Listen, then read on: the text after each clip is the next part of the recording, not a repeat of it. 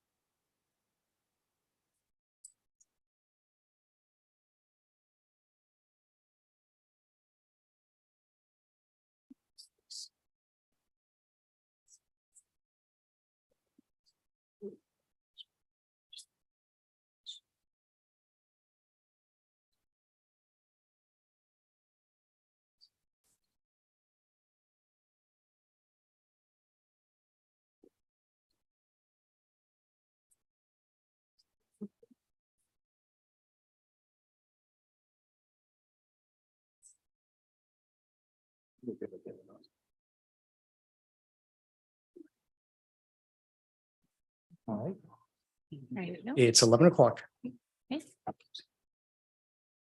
Good morning, all. I will call the May 2nd, 2023 Committee of the Whole meeting to order. The time is 11 o'clock. I would like to acknowledge that the City of Maple Ridge carries out its business on the traditional unceded territory of the Katzie First Nation and the Kwantlen First Nation. Mr. Hlavik Windsor, can you please provide us with an overview of the meeting procedures? Thank you, Madam Chair. This meeting is being live streamed and recorded and will be available to the public for playback on our website in accordance with policy 3.12. Committee of the Whole is the initial venue for council review of information to ensure that council can debate and vote on issues at a future council meeting. No voting takes place on bylaws or resolutions during Committee of the Whole. This meeting is being conducted through the city's one meeting platform. However, we are still using our red, yellow, and green cards and will enter your votes manually into the system. For those members of the public who would like to speak during a community forum, if you are participating electronically, please register as a speaker by clicking on the microphone icon in the one meeting portal. And then once you're called, if you could please turn on your camera and clearly state your name and the city of residence. Similarly, if you're in chambers and wish to speak, if you could please come forward to the mic when you're called or acknowledged by the chair. And then if you could clearly state your name and city of residence. At the end, if you could come and give me your address as well, so I could have it confidentially in our records, just so we could keep track of it. And with that, Madam Chair, we do have a couple of suggested amendments for the agenda for the first item. Thank you. And could you go over those proposed amendments, please? Yes, Madam Chair. So the item 8.1, there's some discrepancy between the version that was actually included in packages. So the suggestion is that we remove item 8.1 until we can finalize those documents. And I do also understand that we have some members of the public who want to speak on community forum. So the suggestion is that we could move up community forum and to conduct that after item 4.2. Thank you. I think those are good suggestions. Can I have a motion to approve the agenda as amended? Councillor Youssef, seconded by Councillor Durick. I will call the question. All those in favor? Thank you. The agenda is approved. Okay, our next item on the agenda is approval of the minutes. Thank you. We have the minutes of the Committee of the Whole meeting of April 18th, 2023. Are there any amendments to the minutes? Seeing none, can I please have a motion to adopt the minutes as circulated? Moved by Councillor Carreras, seconded by Mayor Rumi. I will call the question. All those in favor? The minutes are adopted.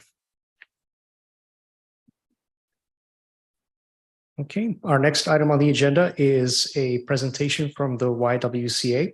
And I understand we have Ms. Shauna Short, who is here. let me just bring up your presentation. Is this good? Yes. Okay. Welcome, Shauna. Thank you for joining us today. And we're looking forward to your presentation. We usually aim for the presentations to be about 10 minutes, and that just allows us for questions afterwards. With that, the floor is yours. Thank you so much. I'm very excited to be here today, and I hope not to take the full 10 minutes. I recognize you all are very busy. I am coming from YWCA Metro Vancouver, and my name is Shauna Short. My pronouns are she, her, and I am leading a project called City Shift. I'm very, very grateful to be talking to all of you today, and I really do appreciate you taking the time to have YWCA come and delegate. The City Shift project is a call to action for local governments to prioritize and embed social and gender equity across decision-making and planning. We think there is a very strong value proposition for cities to do this work, and we're very excited to be talking to you about it today. Shauna, I'm so sorry to interrupt. Could I just ask you to step a little closer to the microphone? Absolutely. Is that better? Perfect. Want to Okay. hear what you're saying. I never like mics. Okay. I'll start again. My name is Shauna Short. I'm coming from YWCA Metro Vancouver. I am project lead for YWCA's City Shift project. And I'm coming here to talk about a call to action for Maple Ridge, for your government to think about and embed social and gender equity across decision-making and planning.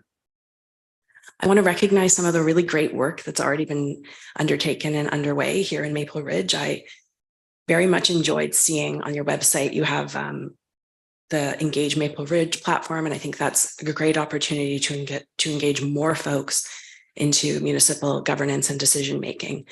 I also really like the mayor's minutes, so I think that's a great opportunity and a good way to sort of demystify some of city council work to community, and I think that's really amazing. And I also want to note and highlight that your strategic plan, which you'll be talking about later today, you have talked about a core value being equity, diversity, and inclusiveness, and I really applaud you all for doing that. So I'm here today to really encourage all of you and to say, deepen your commitments, and we have some information and resources that hopefully can help you do that. The YWCA is not just a large charitable organization operating out of Vancouver. We operate across Metro Vancouver, the entire region. And I do want to note before I begin that we are operating on Coast Salish territories and here today on the Kwantlen and Katzie Nation. I want to talk a little bit about YWCA Metro Vancouver. I want to talk a little bit about City Shift, our Equity Kickstart Guide, which I see is on council, in front of council today. And I also want to ask council to consider, and I know this is not a decision-making time today, just to consider how a pilot project using an equity tool, which I'll talk about more as well, might be considered by council. So YWCA Metro Vancouver, we boldly envision that we live in a world that is equitable for women, families, and allies. And we've been doing this work for 125 years. Our mission hasn't changed over those 125 years. We're very much committed to community, and that really hasn't wavered at all. We offer many, many supports across we offer childcare, affordable housing, violence prevention work. We have many, many employment programs, and we have support for single mothers as well.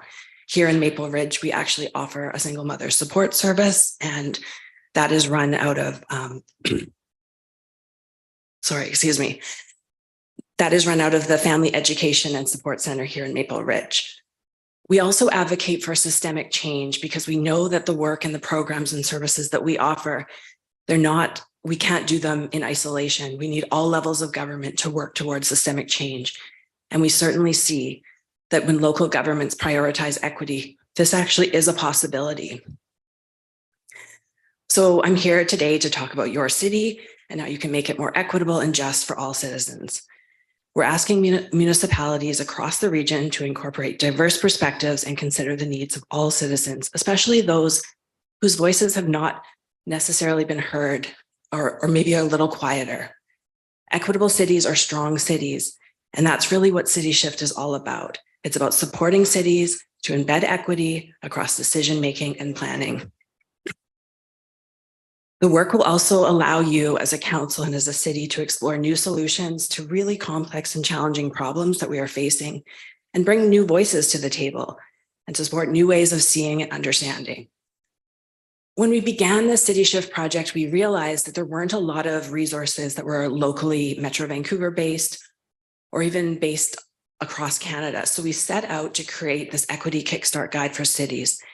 And the guide really provides a lot of ways in for cities, a lot of ways that you can start this work, or if you've already started it, continue to embed it. We have what we would call our roadmap, which is based on best practices of other cities. And as you move towards becoming more equitable, we hope that you'll consider defining equity. What does equity mean for Maple Ridge? What does it, like, who are the vulnerable populations here? And that's an important consideration. We think it's important to identify benchmarks, so understand where you're at today and understand where you'd like to go. This work can be very theoretical, so we challenge and ask and call upon governments to operationalize the work. And when you operationalize the work, you can often do that best by piloting a project. And I'm going to talk a little bit more about that later. This work is not going to be meaningful or move forward if you haven't had input from community and you haven't sought the input of community. So I do really encourage you to continue to engage with your community and deepen your community engagement. It's long-term work. It's not something that you can just start and finish. This will be work that will sort of continue on and on. We'd like you to consider creating an equity framework that would guide the city's equity the city's equity goals. And we include in our guide New West as an example. New West is another smaller city in the region, and they have a really great equity guide, so equity framework. So I would encourage you to take a look at that and see if that's something you might be able to look to as a resource and a guide. And finally, I think it's imperative that equity is embedded in all council decisions and motions. Again, there's a lot more resources and explanation about this in our guide. So I talked a little bit about operationalizing equity work. GBA Plus is a tool that is used to assess systemic inequality. The plus indicates that we're going beyond gender. We're looking at people and their many different identities. It's used both federally by the Canadian government. It's also used here in BC by our provincial government.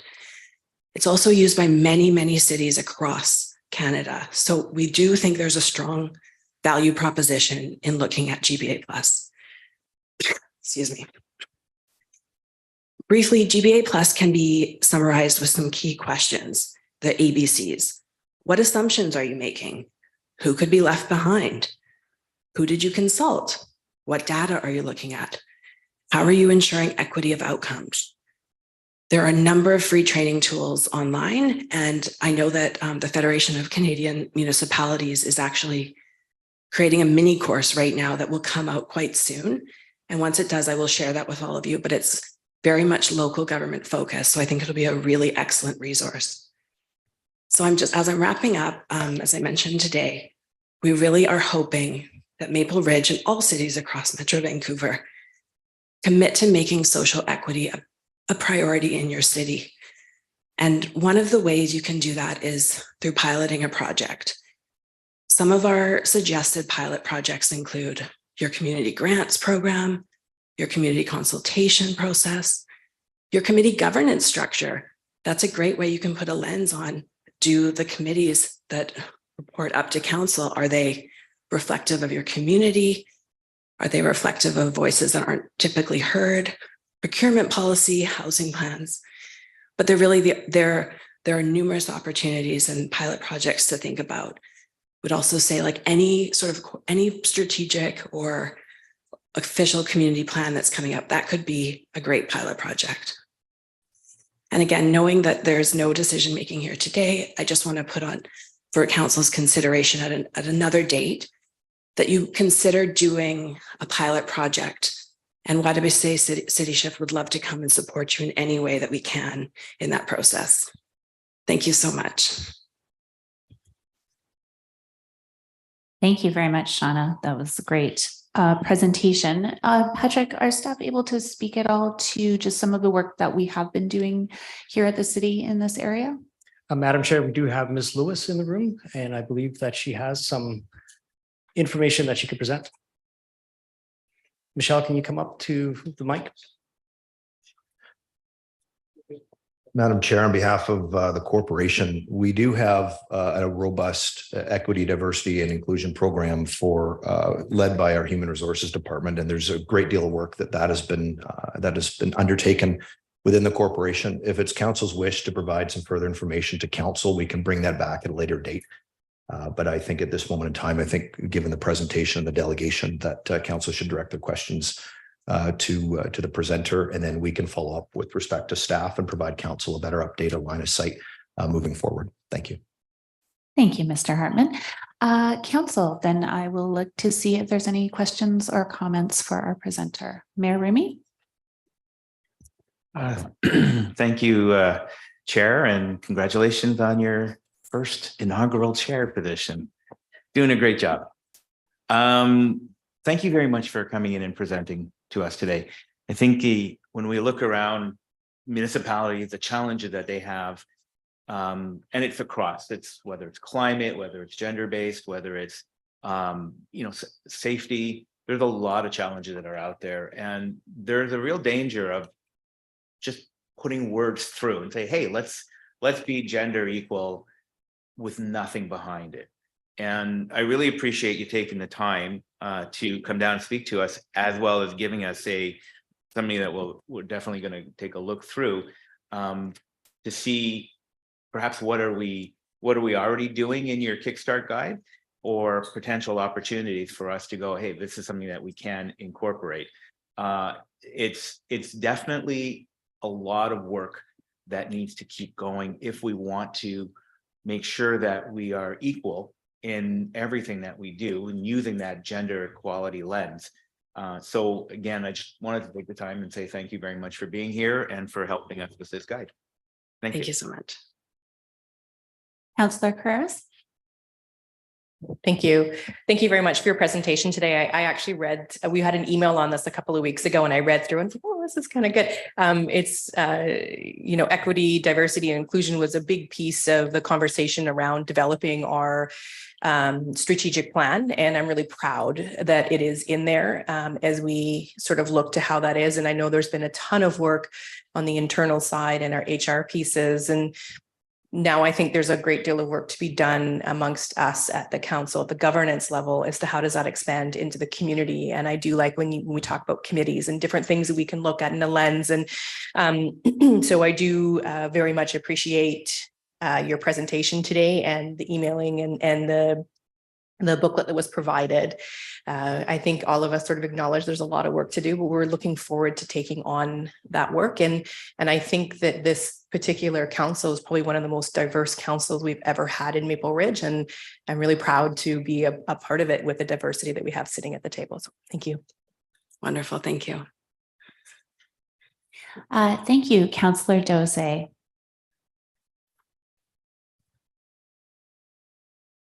Thank you very much, Madam Chair, and thank you very much, Shanna, for this wonderful presentation.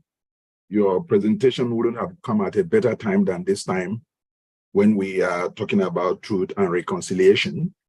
And I think equity and diversity is also part of that the reconciliation and truth that we were talking about. But just like my colleague has just said, I think Maple Ridge had made a wonderful stride in the areas of diversity.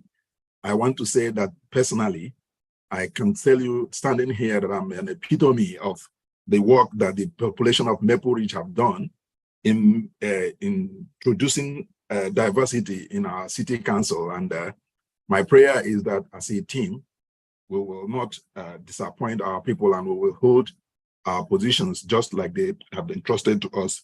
I want to say that your presentation is quite germane, and my hope is that given the information we have in our system, and especially the ones that the city CAO has just informed us about, that incorporation of whatever it is you have in your own system too, to that particular one will give us a robust opportunity to be able to reach out in the true spirit of truth and reconciliation, be it to the indigenous population of Maple Ridge, people of color, and each and every individual that live here.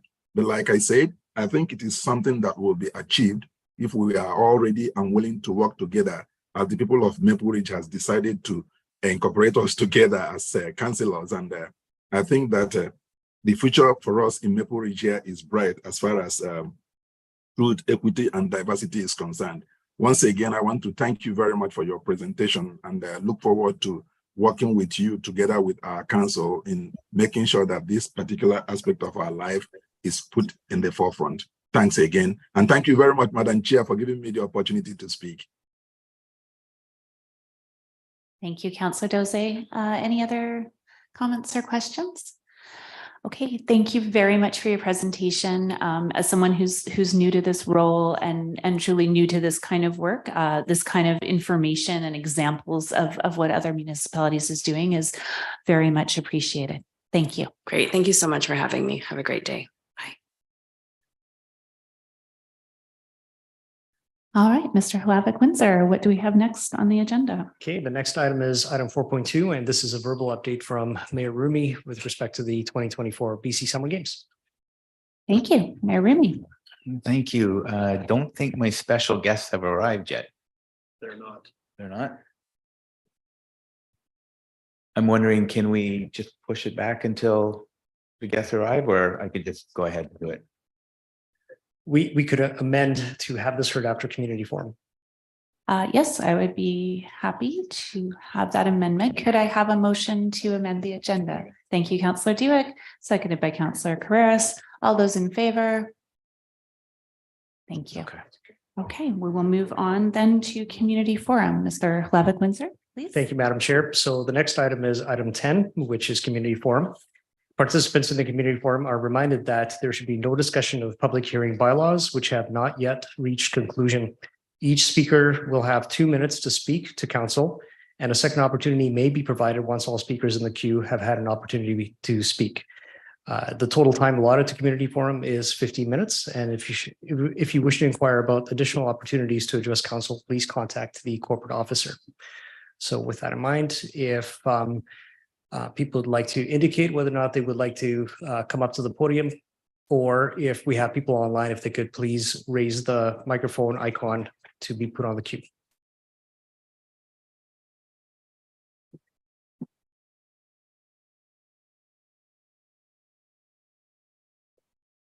And once you come up, sir, if we could have your name and your city of residence.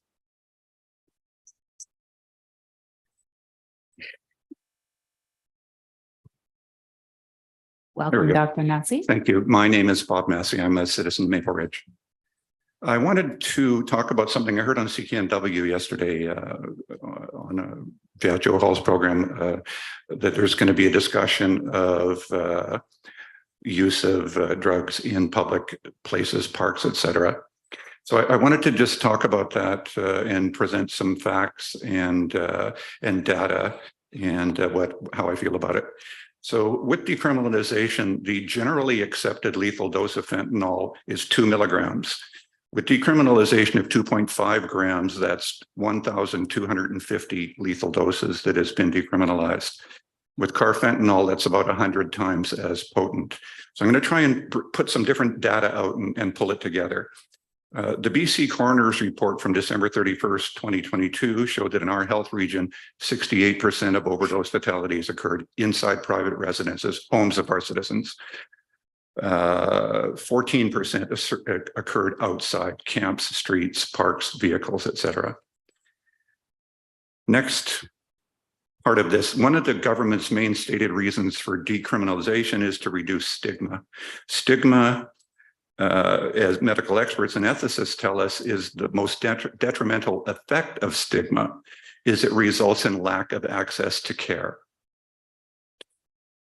With both mental health and addictions, access to timely and adequate care with our public healthcare system has for decades been abysmal, almost totally inadequate. Getting into detox, very difficult. When people need it, they can't get in. When they get out of detox, they can't get into treatment. They have to wait months. When they get out of treatment, they can't get into supportive housing. So the system, by that definition, and our government system is the biggest perpetrator of stigma.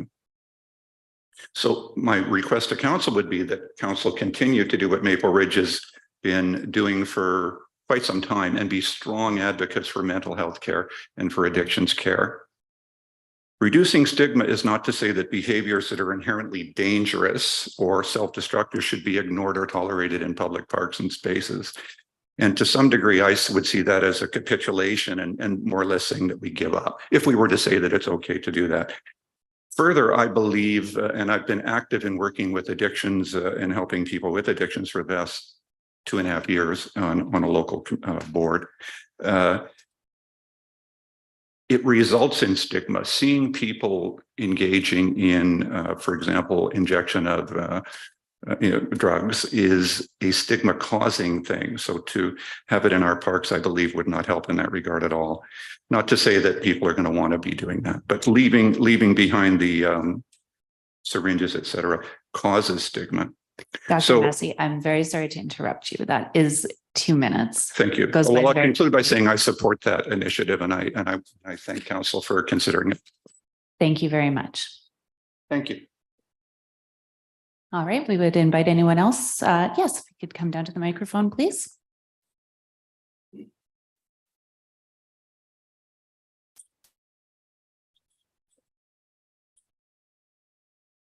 Morning, Mayor and Council. My name is Bruce Pipine, a longtime resident of the best city in Canada.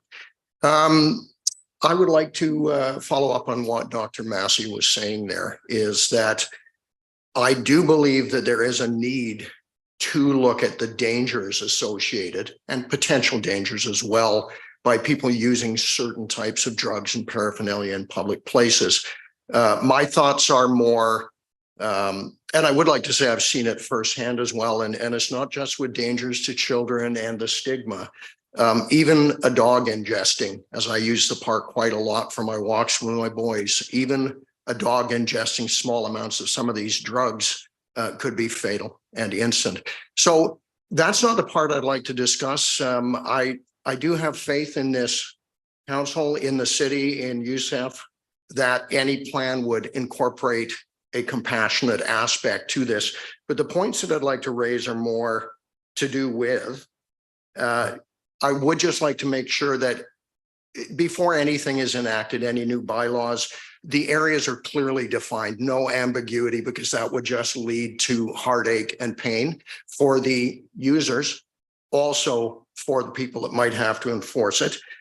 We have to watch that it doesn't become displacement. I don't believe that that is what is meant to happen. But as Dr. Massey said, the danger is that if we scare people into hidden places, that's fatal. And that goes against the original intent of some of the decriminalization. I don't believe that is going to be an issue, but I would like to at least raise it. It shouldn't be redundant to police matters. Meaning I was walking across and saw an active drug deal with somewhat really high-grade weed out there in the park, flagrant. That's a police matter that wouldn't actually probably be covered by this. That would be redundant. And also I want to end with just, we are dealing with addicts. It's not recreational use all the time. We have to consider that addicts have a different intent or reason sometimes. And I would just love to see it so that the primary method of enforcement, if given to the CSO as police and bylaws, is one of compassion where all efforts are used prior to giving a ticket or a fine, because it's not going to be paid anyway. So I have faith that this council in particular from history will look into that. And I made it under 2 minutes, which is, it's remarkable for me. So thank you very much. Thank you very much. Do we have anyone else here in council chambers that would like to speak? Please come down.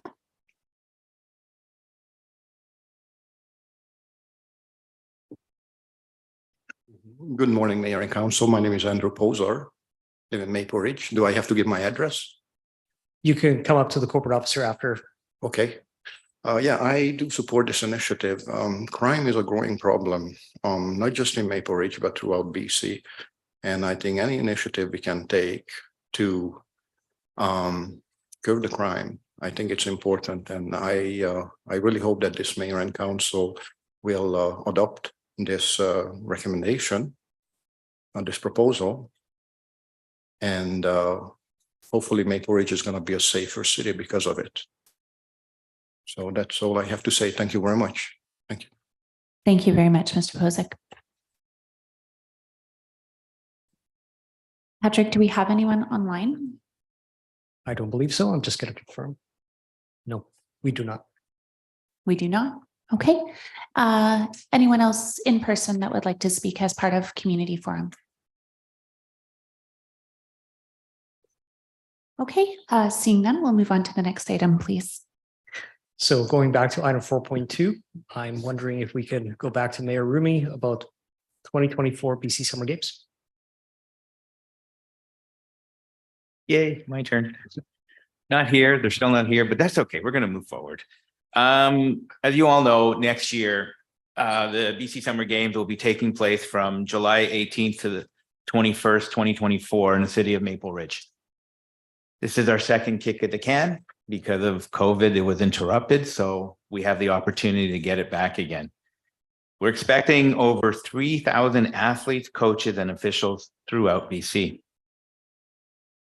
Why is this important? And I just wanted to take a moment to talk about the vision of the games and how that's important to everybody in Maple Ridge and our sister cities. It's not only the games, number one, we also have our Maple Ridge 150. So it's our 150th anniversary of incorporation. We have a tremendous opportunity in front of us to have a games that are inclusive, that have a strong component with First Nations, especially when it comes to truth and reconciliation. And we have to make sure that everybody at the table, from the nominating committee to all the directors, know that inclusivity is a part of these games. This is our chance to showcase Maple Ridge to the rest of the BC and the rest of the country. And I'm excited about that. I can tell you in some of our conversations, we are talking about big, bold action. Everything that we do, we want to be able to relate back to the incorporation. We want to relate back to the fact that, you know, the Katzie First Nation and the Kwantlen First Nation have been here for 10,000 years. And that's an important part of our history, and we can amalgamate both of them together. So with that, I'm delighted to announce that we now have a president and vice president for the 2024 Summer Games Board of Directors. Yay. Okay, so the president is, with over 20 years in the not-for-profit sector, Laura Butler brings considerable experience in relationship building, event planning, and community engagement to everything that she does. Laura is currently the executive director at Ridge Meadows Hospital Foundation. She started fundraising and marketing management at BCIT, has earned advanced Toastmaster bronze recognition, and has an associate degree in early childhood education. She presented at the 2012 International Conference on Fundraising and was a finalist in the 2021 Business Leader of the Year category awarded by the Ridge Meadows Chamber of Commerce. Laura was delighted to volunteer. I didn't even have to twist her arm on this one. She was delighted to volunteer as a board member on the Arts Council for 7 years, serving 2 of them as president, and is proud to have helped the organization navigate the effects of the COVID-19 pandemic. She now enjoys the opportunity to return to volunteering at the Active and usher and host throughout the performance season. As a citizen of Maple Ridge for 30 years, she is passionate about our community and is grateful for the generosity of many volunteers and community champions who make Maple Ridge such a special place. And those of us who know Laura Butler knows that she's incredibly talented and brings with her a Rolodex that will make these games special. So, yay, congratulations. Yay. Okay, that was part 1. Part 2, our vice president is none other than former Mayor Ernie Dakin. He describes himself as a Maple Ridge kid. His family roots go back to the 1870s. He's not that old, though. His grandmother was a Hampton, one of Maple Ridge's pioneer families. He attended school in Maple Ridge, as did his children, and all proud Maple Ridge Secondary alumni. Go Ramblers. Ernie and his wife owned and operated Windsor Plywood in Maple Ridge for 24 years, a family business that provided building materials to our community. Since wrapping up the Windsor part of his work life, he now works for the Baptist Housing Society, taking part in a redevelopment project in Oak Bay and serving as an administrator for Maple Towers has been extremely fulfilling. Volunteering and serving the community was instilled in Ernie by both his parents and his grandparents. Over the years, he served on several not-for-profit community groups that have provided many opportunities to give back to the community that has been so good to his family. He felt privileged to serve Maple Ridge for 12 years on council, 6 of those as mayor until November 2014. Another fabulous cheerleader for Maple Ridge. If there's anybody that stands out heads above heels as an advocate and a champion for Maple Ridge, it's Ernie Dakin. And we have somebody here. I am absolutely thrilled that the president and vice president are 2 of our most prominent citizens. And I have no doubt that we will have a monumentous games as well as our celebration of Maple Ridge 150.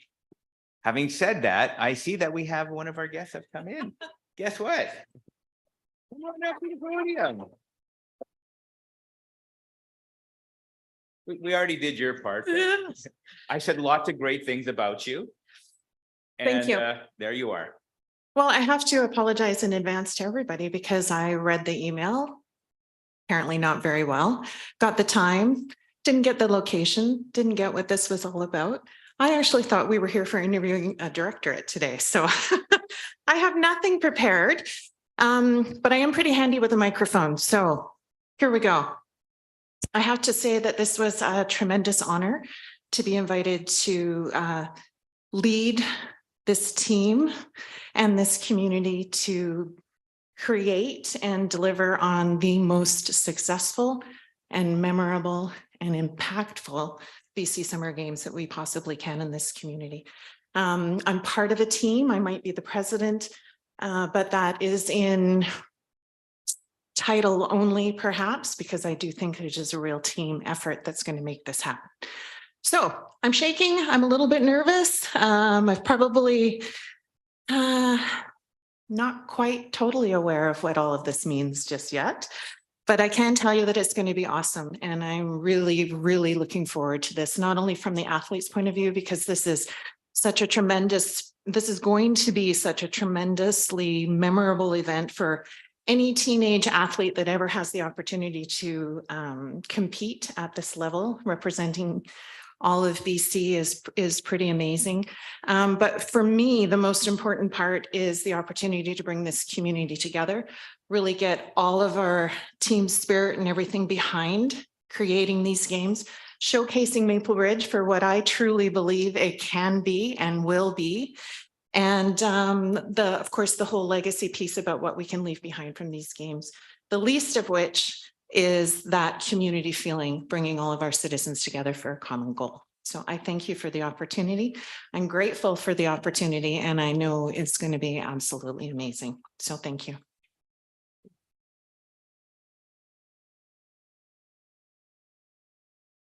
I'll just add one more comment. We are still accepting applications for board of director positions. So visit www.mapleridge.ca to find out more.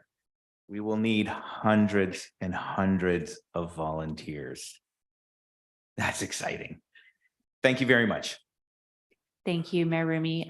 Thank you, Ms. Butler, for joining us this morning. And I'm delighted to hear this update. And I just know what this means for this event. And it's very exciting. Council, does anyone have any questions or comments in regards to this presentation?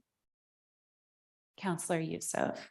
Thank you, Madam Chair, and thank you, Mayor Rumi, as well as Ms. Butler and Mr. Dakin for stepping up. This is a wonderful team that's coming together, and I have no doubt that Maple Ridge is currently in a position with staff's cooperation, as well as all the organizations that are here in the community, to really put on a great BC Summer Games and put our best foot forward, showcase Maple Ridge for the true gem that it is. And I look forward to the games. I'm excited myself, even though I will not be participating in any way, shape, or form on the athlete side. I will certainly make sure to volunteer. And I encourage my colleagues around the table and the community at large to do the same, because this is for our city, for our community. Let's all get in there and get involved and really make it the best BC Summer Games that we can. Thank you, Madam Chair. Thank you. Councillor Dewitt. Thank you, Madam Chair, and thank you, Mayor Rumi, for the announcement, and to Ms. Butler and to Mr. Dakin. I was part of the 1998 games. I still have my hat, my jacket. I'm sure Ernie still has his stuff too. So it was really an exciting time in my political tenure. Is that I was at that time I was a school board liaison on the committee, and it was just so rewarding. And as was mentioned, it's amazing for the community. It really brings the community together, and we have no shortage of people that are willing to volunteer. So I'm looking forward to all of the work of the board of directors and all the volunteers that we will need. And there is Mr. Dakin, former Mayor Dakin. So congratulations and thank you for stepping up, sir. We just gave accolades and praises to both of you. So thank you.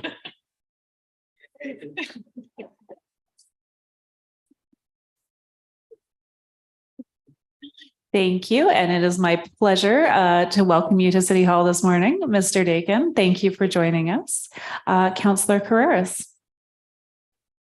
Thank you. Thank you so much to Laura and Ernie for stepping up. It's you guys are just the right people to do this. And I was so excited when the mayor shared that you had taken on the role. I guess the first time I was involved with the BC Summer Games was in 1998, and I was a dancer in the opening games back in my younger years. And then I was on the board of directors for the 2020 Summer Games, and we didn't quite get there. A global pandemic had different ideas for us, but I got to tell you, it was one of the highlights, even though we didn't even get to the games, just being on the team and the work that we did and getting to know the community and the people in our community and just celebrating all these athletes coming to our community was a definite highlight of my life so far. And I do encourage anybody who is thinking about it. It is pretty cool to be a part of the team. And even amongst the directors, even under each director, there's another team of another 5 or 6 people that sit on the subcommittees. So there's another role for people. And I know you said hundreds and hundreds. I think it's like thousands of volunteers that are required. But just the energy that was building in the community in the lead up to 2020 is something really special. So thank you so much. And I'm so excited to see us go into 2024 and have this special event come to our town. So thank you.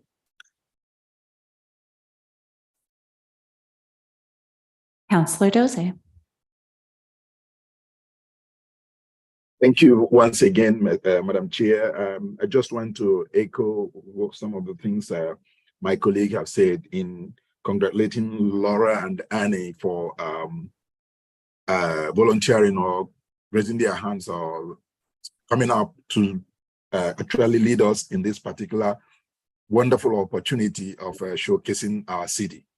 And I have no doubt in my mind that you guys will do an awesome job because you had always done it.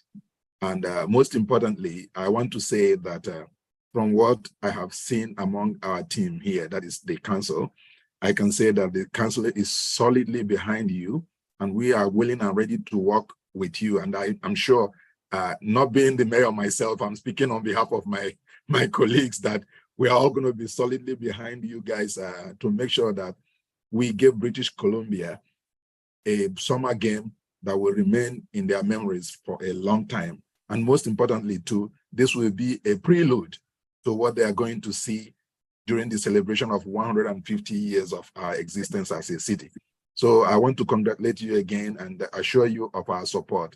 And I will make sure that if given the opportunity, anything that I'm called upon personally to do, I'm willing and will be able to find time to do it in support of what great work you guys are doing. Thanks once again for giving me the opportunity to speak, Madam Chair. Thank you, Councillor Dose. Mayor Rumi. Wouldn't it be fun to throw Ernie at the podium right now to say a few words? I'm going to throw you there. Come on up. Come on up. We know you're the cheerleader. But after that, can I request, of course, this is a photo opportunity. So can I request we take a moment and after this, take a photo with all of us, if that's okay. Great idea. Thank you. Sounds good. Dakin. Thank you. Actually, I don't know if I've been on this side of the podium in about 20 years or 30 years. You know, I'm so pleased, honored, humbled to be part of this. Maple Ridge is an amazing community. I wear my heart on my sleeves when it comes to Maple Ridge. And I think that we have a unique opportunity to wrap up the summer games, our 150th. There's a number of things that that are all going to get pulled together to make, as somebody said, make Maple Ridge shine. And yeah, I was part of that 2020 and a little bit disappointed for sure. But I think the stars have aligned to make it happen in 2024. And I'm looking forward to working with you folks. And Maple Ridge always pulls it off. We have amazing volunteer groups. So yeah, let's get to it. Thank you.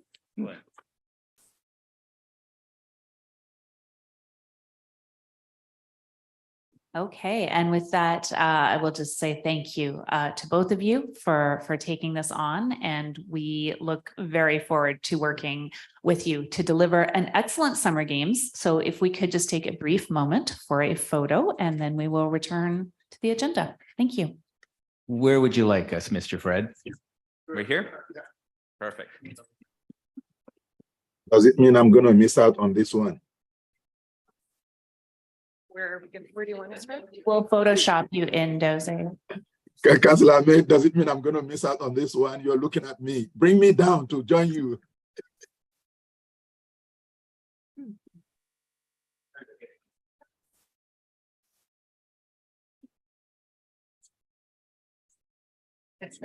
You're one friend.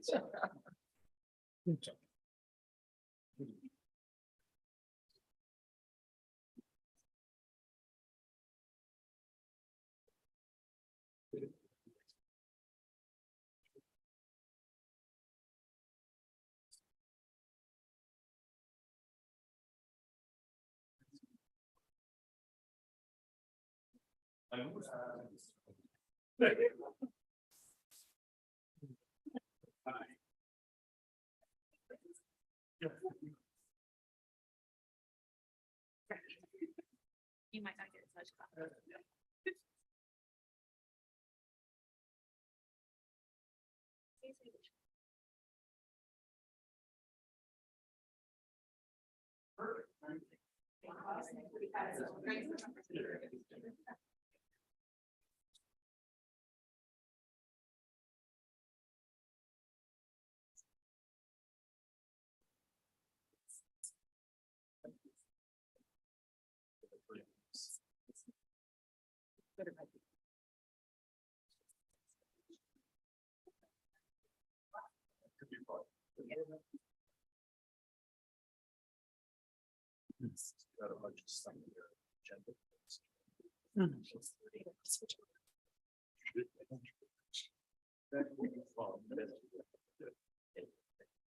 All right, Mr. Hlavik Windsor, what do we have next on the agenda? Thank you, Madam Chair. The next item, 5.1, pertains to a secondary suites and detached garden suites on same lot in the ALR item, and it's being presented. One sec.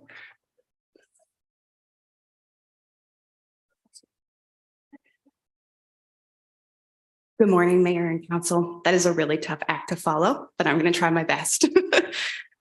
So the report in front of you today is a housekeeping item in order to align with the Agricultural Land Commission, short form ALC's regulations. And as you can see here on the screen, is proposing a zone amending bylaw in order for secondary suites and detached garden suites to be permitted on the same lot in the ALR. And this work really stems from the changes in provincial legislation back in 2022.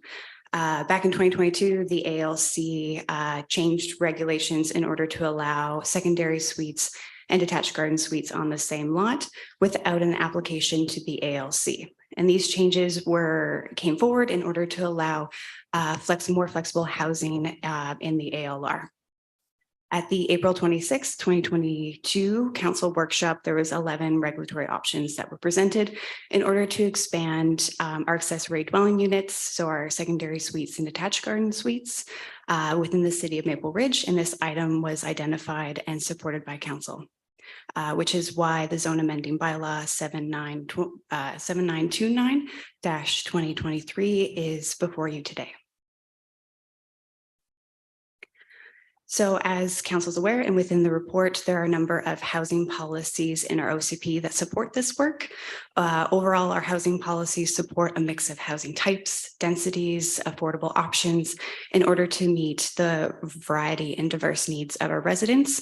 So really supporting detached garden suites, our secondary suites, and really supporting concepts that allow residents to age in place. Our housing action plan really brings these policies into actions through strategies. So two of the strategies, creating new rental housing opportunities in Maple Ridge and continuing to monitor our secondary suite policies and bylaws in order to meet the needs of residents.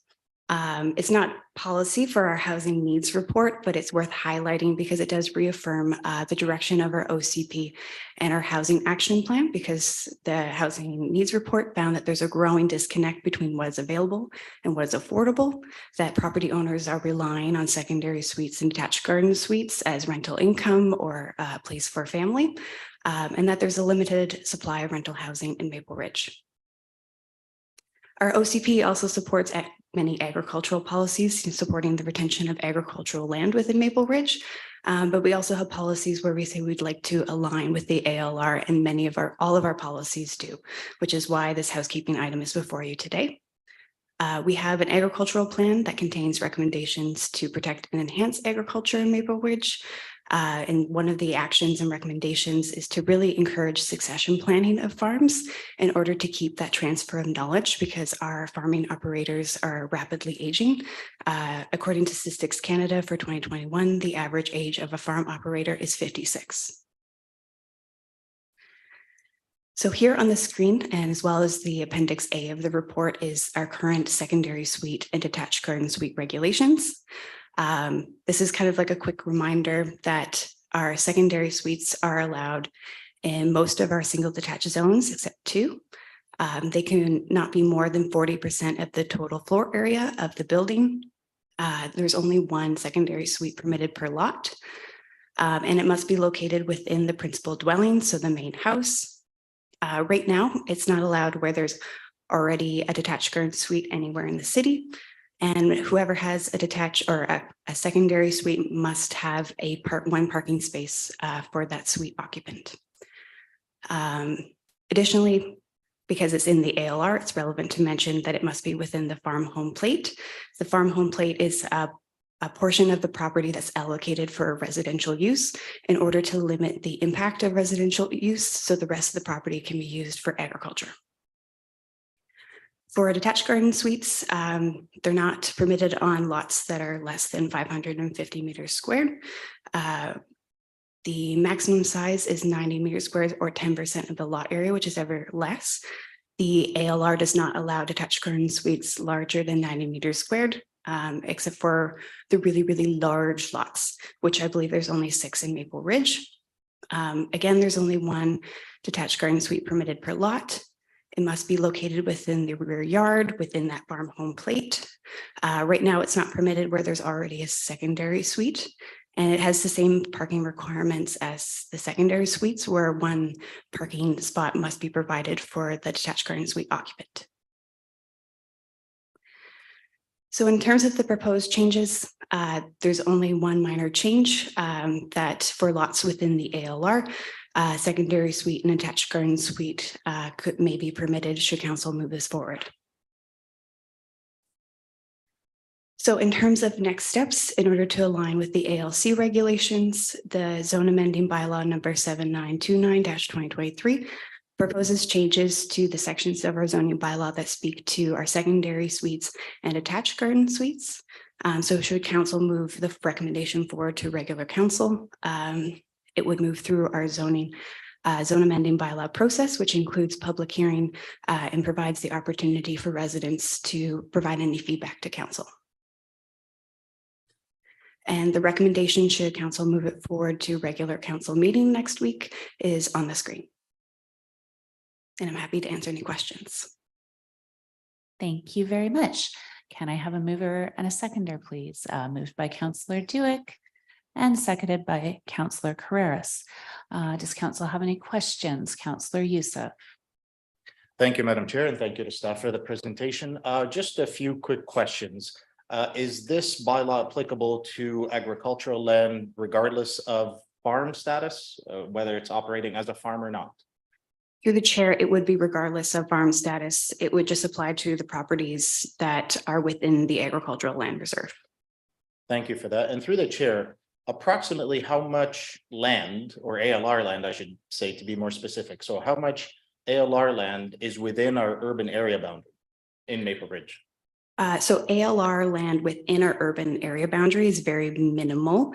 I believe it's less than 50 properties. Thank you for that.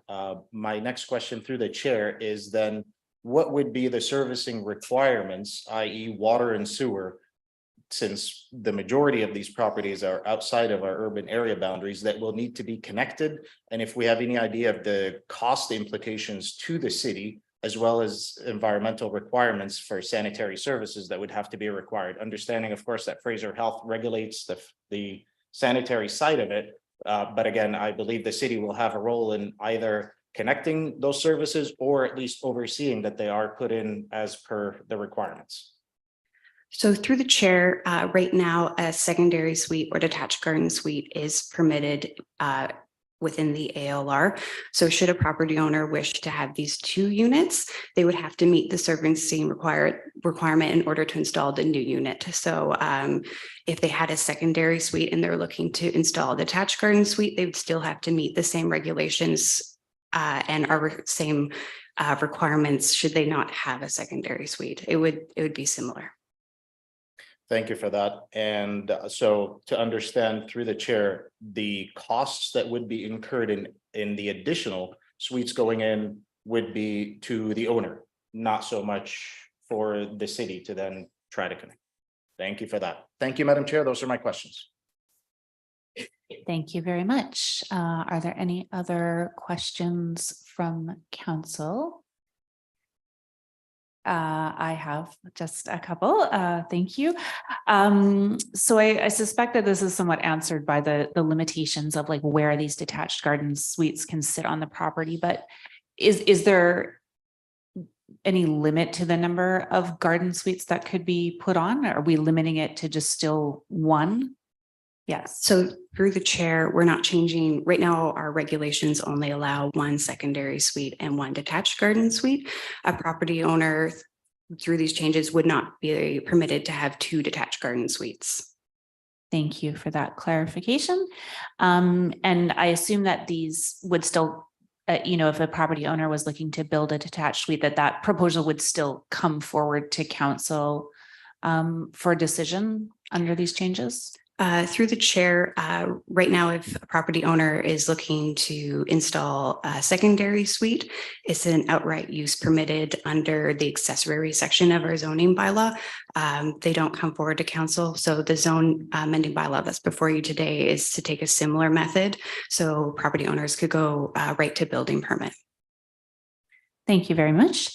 And just a final question to just ask if this proposal sort of, if we've gotten any feedback from the Agricultural Advisory Committee on this piece. Through the chair, I believe this item has not gone to the AAC. But if council is interested, they can absolutely forward it to the AAC for comment. Okay. Thank you very much. Councillor Tan. Thank you. Thank you, Madam Chair. A few questions through you to staff. The first being, is there a requirement that in the city of Maple Ridge aligns our policies with that of the ALC regarding these suites? And the second is there any examples of other municipalities not aligning their policies with the ALC's policies? Through the chair, so we do have a policy. It's in the report that we do align with the ALC regulations. The ALC does recognize that it's up to the municipality if we wanted to be more restrictive. But the intent of the province was to allow more flexible housing in the ALC. Thank you. Through the chair, and it's just the second question is, do we have any examples of any municipalities not aligning their policies with those of the ALCs? Yes, there are some examples of, these are new changes. There are some examples of municipalities trying to figure out what this may look like, bringing it forward to council. But of course, the decision rests with each municipality's council on whether to be more restrictive or to align with the ALC.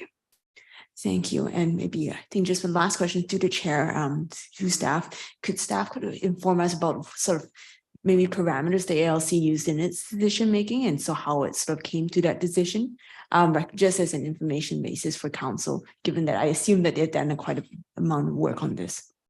Yes. So through the chair, there was a report, and I'm happy to share it after, that came to council ahead of these changes. And it really talked through the thinking of the ALC. It provided a number of changes in order to have flexible housing and to clean up some of the housing options within the ALC. But the thinking was really around allowing more flexible housing in this part of the province. Thank you. Thank you, staff. Thank you, Madam Chair. Thank you, Councillor Tan. Mayor Rumi. Thank you very much, and through you to staff. The only question I really have is, where does parking fit into all of this? Are there parking restrictions? Because we know with ALC, they always will have parking restrictions on anything that they put in the ALC. So if you're adding secondary suite to there, how are we accounting for extra parking? So through the chair, right now, if somebody's looking to install a secondary suite, they're required to have one parking space. Same if somebody's looking to install a detached garden suite, they're allowed, they must require one parking space for that occupant. So through this bylaw, if it were to move forward, if someone were to have both, they would have to provide two spaces, one for each occupant of that dwelling.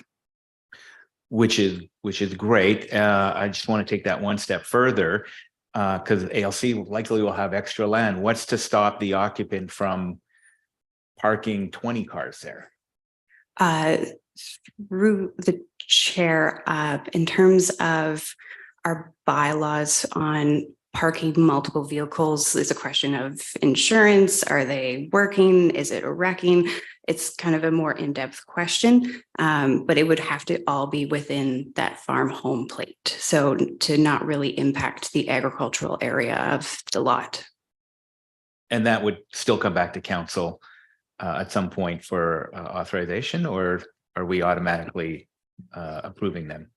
Through the chair, should this bylaw move forward, if there's a secondary suite and attached garden suite on the lot, the property owner will have to have at least two spaces for the main house, one space for the the secondary suite, and one for the detached garden suite. So 4 at minimum. If they have more, that's probably a different conversation. Thank you. That's all the questions I have.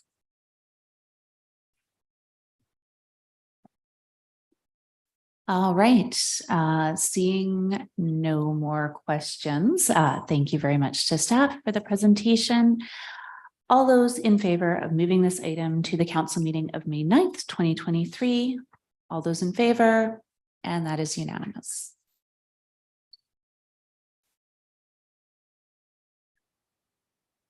Okay, our next item on the agenda is item 5.2, which pertains to a portion of 24548 Lougheed Highway and unaddressed PID 012-847-046 for a temporary use permit. And we have a staff presentation on this one as well.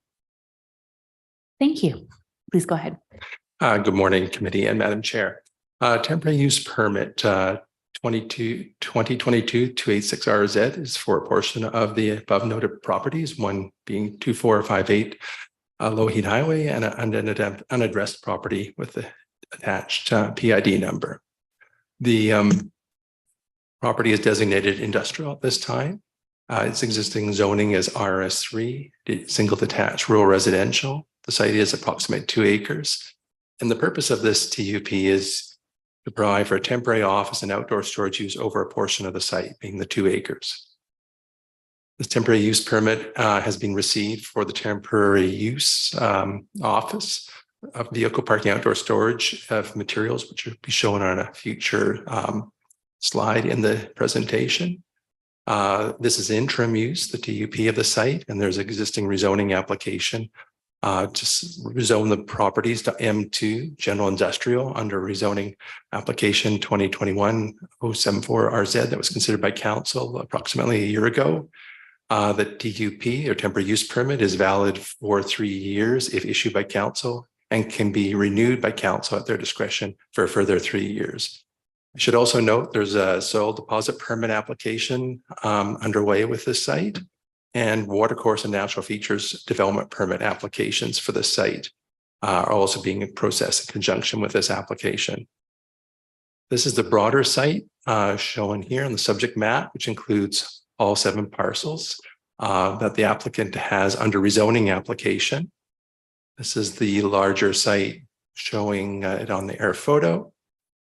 And this is a enlargement of the TUP area, the temporary use permit area, being just 2 acres of that site. That's, if you look in the upper left corners, highlighted in purple, and then has a purple outline around it here, showing a gravel parking area for 4 truck parking spaces and 6 tractor trailer spaces, and some employee parking and an outdoor, an indoor office area, and also a portable washroom and water tank. So this is a temporary use.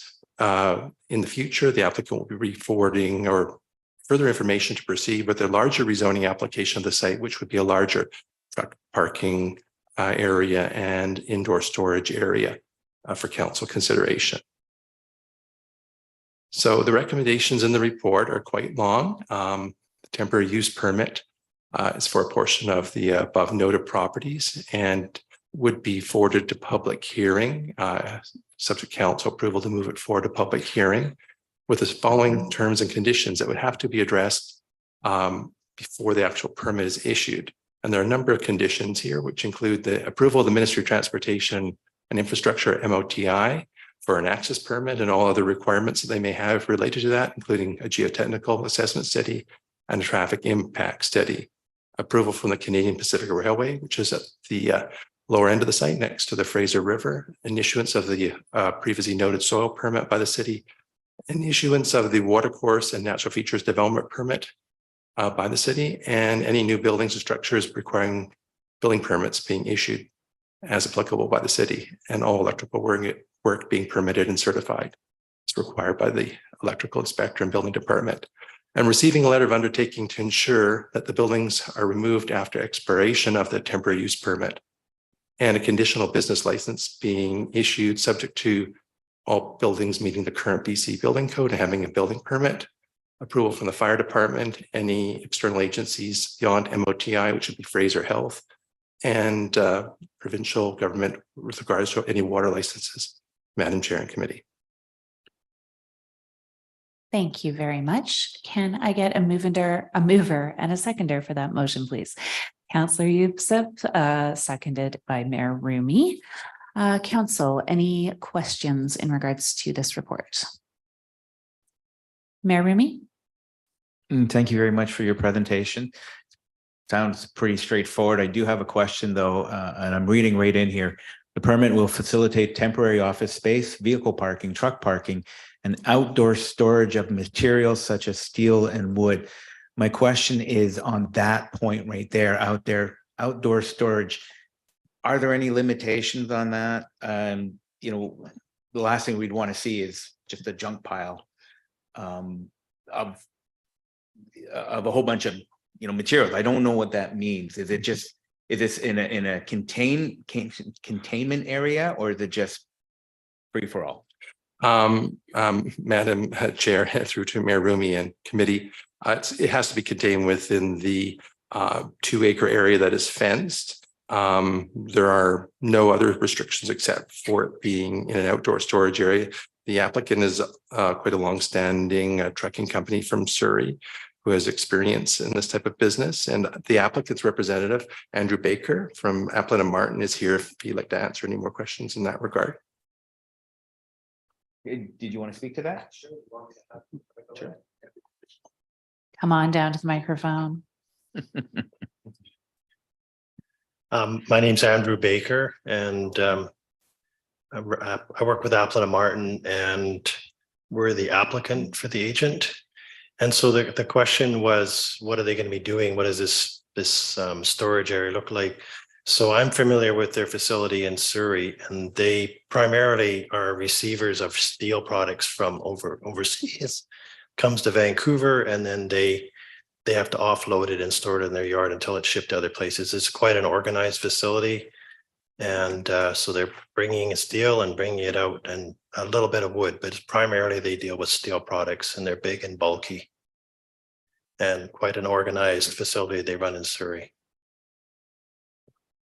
Okay, thank you. Thank you for being here today. Thank you.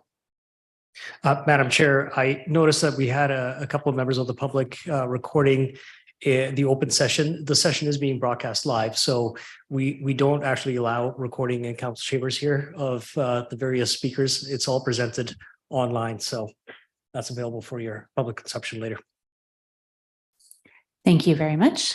Thank you to staff for that. Any further questions? Seeing none, I will call the question. All those in favor of moving this forward to the May 9th council meeting, that is unanimous. Thank you. Thank you, Madam Chair. The next item, 5.3, pertains to application 2023-053RZ, and it's for 12625 McNutt Road, and it's a rezoning from RS3 to R2, and we have a staff presentation for this one. Thank you. Go ahead whenever you're ready. Oh, sorry, I did it again. Would you like me to go back? Yes, please. Thank you. Good afternoon, everyone. This presentation is for the rezoning application. Can we go to the first page, please? Sorry about that. Thank you. This presentation is for the rezoning application 2023-053RZ for the property located on 12625 McNutt Road, requesting first reading for the zoning amendment by law number 7921-2023. This application is to allow rezoning of the subject property from RS3 single detached rural residential to RS2 single detached suburban residential to allow future subdivision of the property into 2 lots with a minimum lot area of 0.4 hectare, 1 acre. The subject property is located outside of the urban area boundary of the OCP and have access to the community water system. However, they are required to provide their own on-site septic system for any future development. All the properties, neighboring properties to the north, south, east, and west, they are also zoned RS3 and have similar development potential in future. The subject property is currently designated suburban residential, which also support rezoning to RS2 to allow 2-lot subdivision on this property. This is the orthophoto of the subject side. There is an existing single-family dwelling on the property, which will be maintained as part of this development. As you see, the property is heavily treed, so as such, any development on this side will be subject to our tree protection and management bylaw, which requires removal of any significant tree with a diameter of more than 20 centimeters, subject to tree removal permit and replacement of the trees, whether through actual planting or through payment in lieu. The property has some steep slope on the east side along McNaught Road, as well as the northwestern portion of the property, which triggers natural features development permit area for the properties that they have an average natural grade of more than 15% to ensure that, the natural features will be protected as part of the development, as well as protection of the development against the hazardous land. The subject property is also located within the wildfire development permit area and to protect life and property in the area that they are at the highest risk of wildfire. However, our OCP exempt the two-lot subdivision from the actual development permit. However, to ensure that this property will be, we will have a minimized risk of wildfire in future, we require a covenant as part of this development that includes more detail about the construction techniques and as well as the landscaping. And this is the preliminary subdivision plan, proposing two lot, northern and the southern lot, with a proposed lot area of 0.57 and 0.6 of a hectare. The recommendation is provided in the report, but generally we are requesting council to grant first reading for the zoning amendment bylaw 7921-2023, as well as allowing the staff to request further information from the applicant regarding the full rezoning, as well as natural features DP and subdivision application. Thank you. Thank you very much. Can I get a mover and a seconder for this motion, please? Moved by Mayor Rumi, seconded by Councillor Dirac. Thank you. Council, do you have any questions? Councillor Tan? Thank you, Madam Chair. And through you, you mentioned during your presentation about the significant trees. Pardon me, could I ask you to please repeat what our policies are against the development process and the removal or replanting of significant trees? Sure. We have a tree bylaw, tree protection and management bylaw, that basically says any trees that they have a diameter of larger than 20 centimeter, any removal would be subject to issuance of a tree cutting permit. And there also needs to be replaced. The ratio replacement, depending on the size of a tree, it can be from 1:2 ratio to 1 to basically 6 trees. For some of the larger trees, more than 50 centimeter diameter, we generally don't allow tree removal unless, it's a really specific circumstances, like, hazardous tree. And generally speaking, when we have a development like that, we require an arborist report to identify all the trees that they need to be removed because of the footprint of the building, or identifying the hazardous tree that they have to remove because of the risk. And then, after review of the arborist as well as the city staff, we will determine how many trees needs to be replanted, or payment in lieu needs to be paid as a replacement for the replacement trees. Thank you. Thank you, Madam Chair. Thank you, Councillor Tan. I did just have a couple questions myself. So you mentioned that this property is on city water, but is required to provide a private septic system. And I understand this, this proposal is in line with the OCP.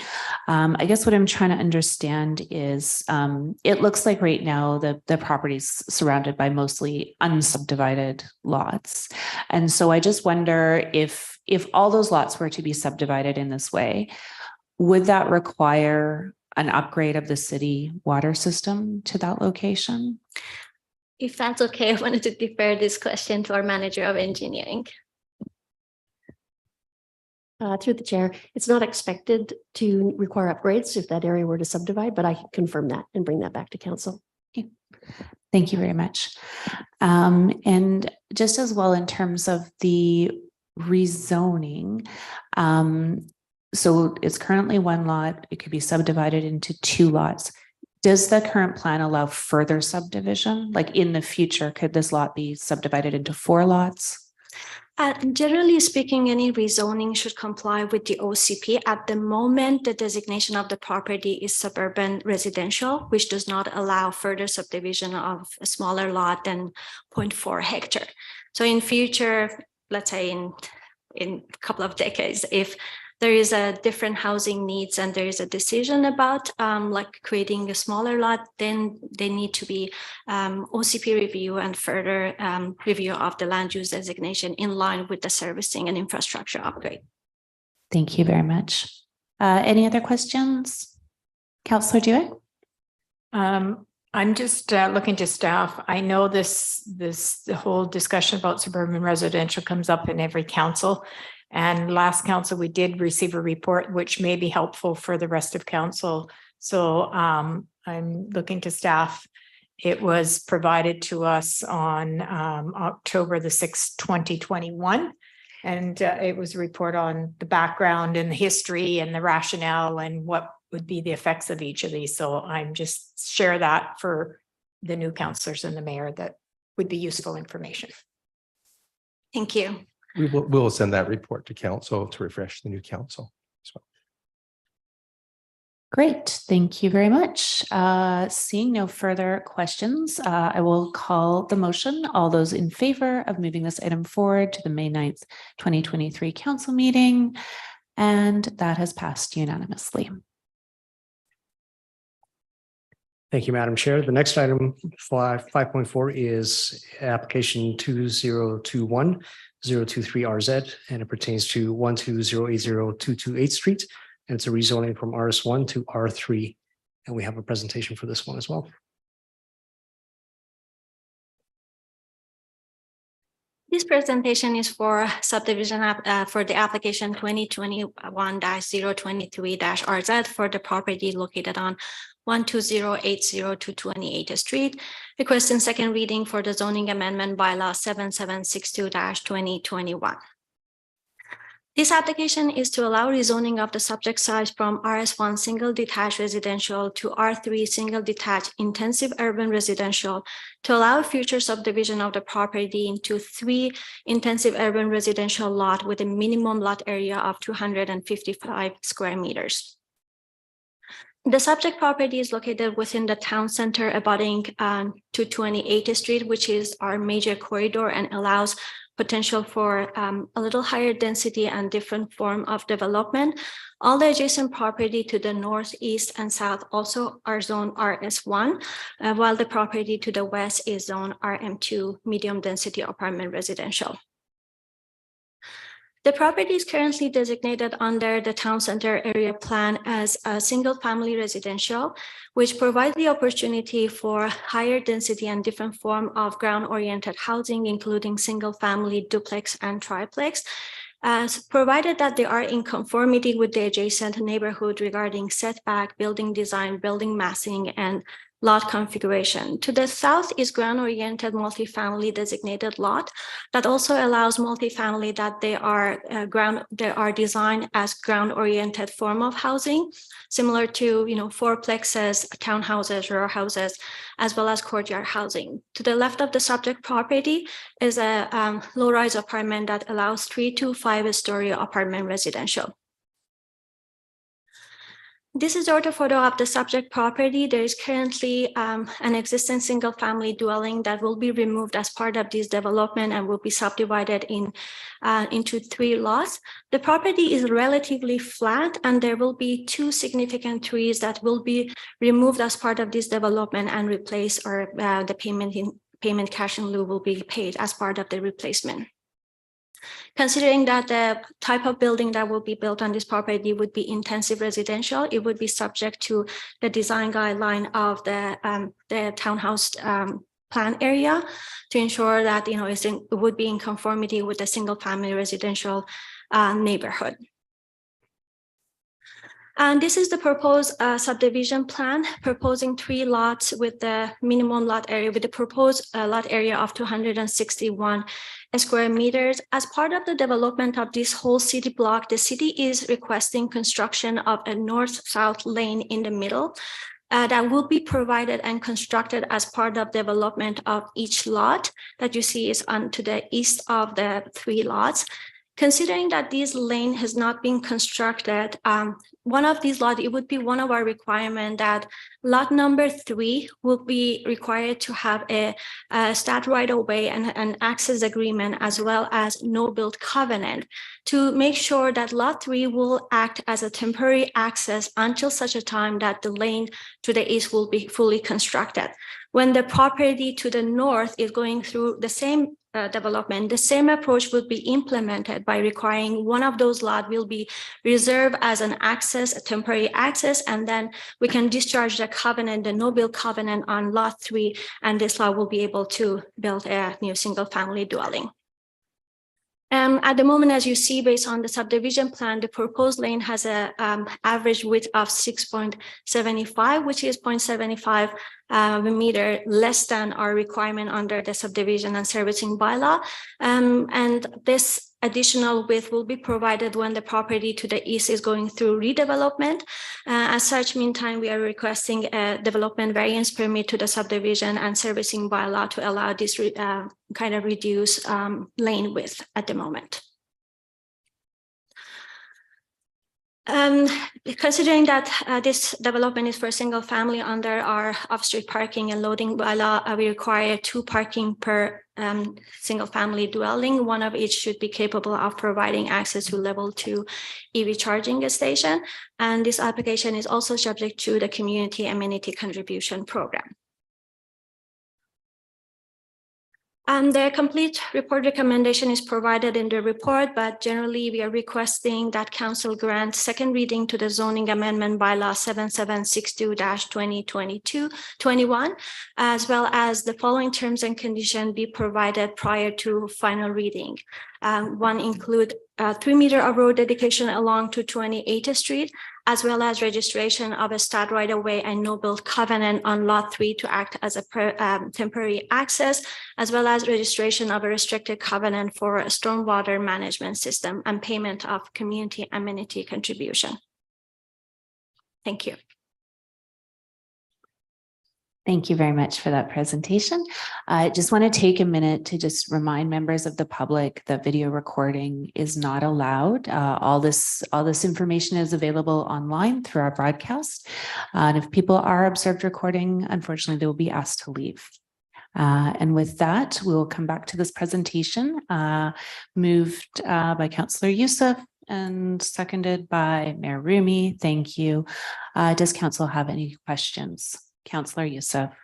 Thank you, Madam Chair, and thank you to staff for the presentation. Just a quick question on the variance on the temporary reduction in lane width. That variance is my question through the chair. What will there be anything to basically govern that there are no sheds or structures that are put in that portion of the backyard that will in the future prohibit or possibly complicate the lane going back to the required width? Madam Chair, our bylaw regulate the distance and the setback of any structure from the property line. So when the subdivision plan is registered, we exactly know where is the location of the property line. And if there is any structure that will be located outside on city's property, there will be infraction of the zoning bylaw. And we can kind of pursue this as an enforcement case to remove the structure. Excellent. Thank you for that. Thank you, Madam Chair. That was my question. Ms. Hollenberger. Just to expand on what Carissa has said, that lane will actually be constructed as a asphalt with curb. So they won't be able to build any structures on it. It'll be a constructed lane. Thank you very much. Councillor Tan. Thank you, Madam Chair. Just 2 questions about this. I'm not. Could you? I don't understand this lane at the back. I'm just looking at the map, and just from my understanding, is this lane to be able to be accessed by members of the just for through traffic, such like a back lane? I'm just not understanding how that's possible, given that there's a property that backs right onto it. So, Rachel, do you want me to pass it to you, or do you want me to? Through the chair to Councillor Tam. The right of way that's going to be put on lot 3 it'll be built as a temporary road, basically. So the temporary road will come off to 28th to access that back lane that is also being constructed. And then when development happens to the north or south, we will leapfrog that temporary lane to the next development. The developer will have to remove that temporary road so that a house can be built. So it'll always have a temporary access road to the lane until it's built in its entirety. I see. And through the chair, so my understanding is that this is just a temporary lane for construction purposes. It's not intended to be a permanent back lane. The lane is, through the chair, the back lane is permanent. The temporary is the access from 228th to the back lane. So the east-west is a temporary lane. The north-south is a permanent lane. I understand. Thank you. And the second question I have, Madam Chair, is around the significant trees on the property. Would staff be able to explain to me just our cash and yield policy? True, Madam Chair. So when we have all of our significant tree that would be subject to tree cutting permit and replacement. And so when we determine how many trees are going to be removed and how many trees need to be replaced, sometimes the property does not have enough room to replant all of them on site. So in those cases, there is an option for the applicant that they pay cash in lieu $600 per tree that they pay to the city, and it stays in the reserve fund, and the city can use that money for planting trees somewhere else when they found it suitable. Thank you. That's helpful. And just my final question, Madam Chair, for that amount that is required as cash in lieu, is that amount consistent across all trees? And when was that amount decided? True, Madam Chair, I do believe that this is a consistent fee that we apply. I do believe we will review this number and maybe kind of increase it after like a couple of years, but I think it's $600 across the city.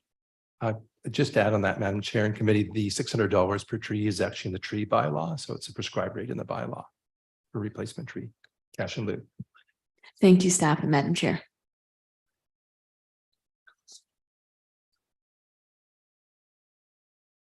Thank you very much.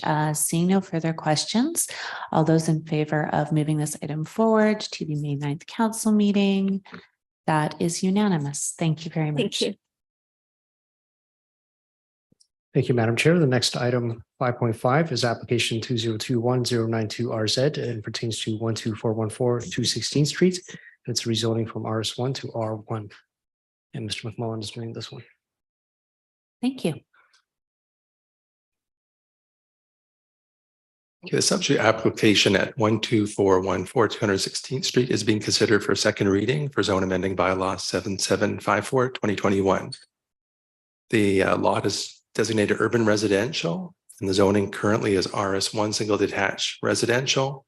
Proposed zoning is R1 single detached low density urban residential. Existing lot is about 3.3 acres in size or 0.121 hectares, and 2 lots are proposed. This is a subject property located at the intersection of 216th Street and 124th Avenue. This is the official community plan designation, just showing the urban residential designation and the current built environment from the ortho photo.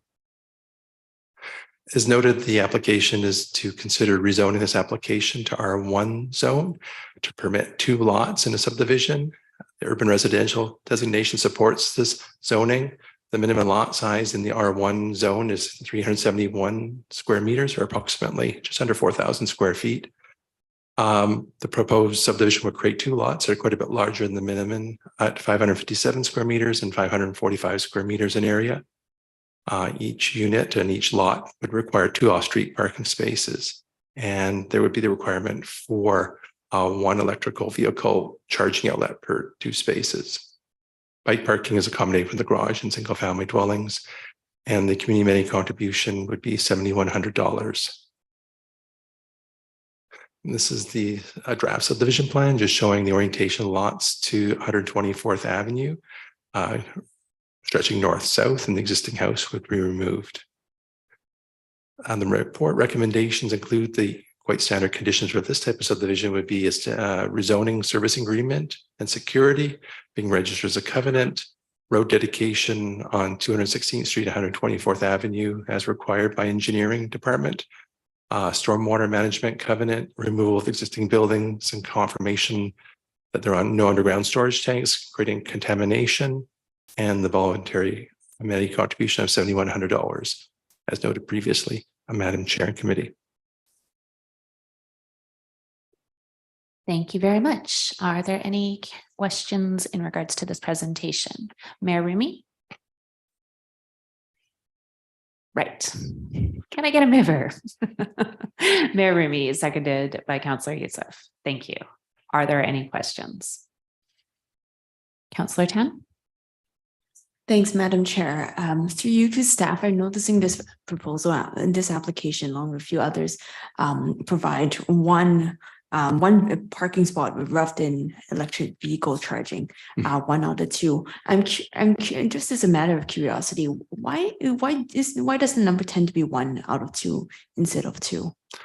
Madam Chair, through to committee, I wouldn't know the exact reasoning for that when that was done, but these typically are double garages, either, yes, almost always side by side, and then one outlet could then be used to charge both the cars in the garage. Generally in electric vehicle parking, we will be looking at that in our review of this parking bylaw, which is being undertaken right now.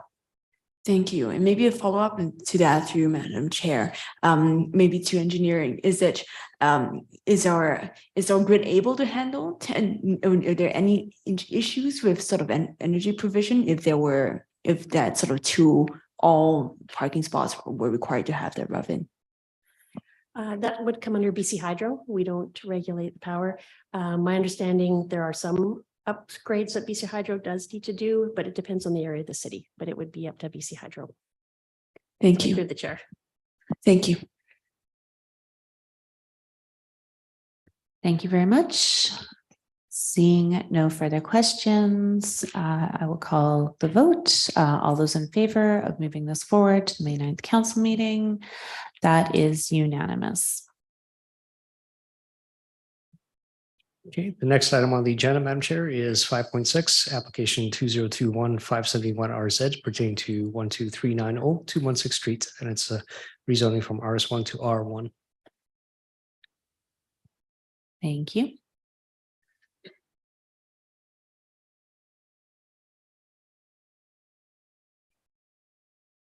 Just waiting for the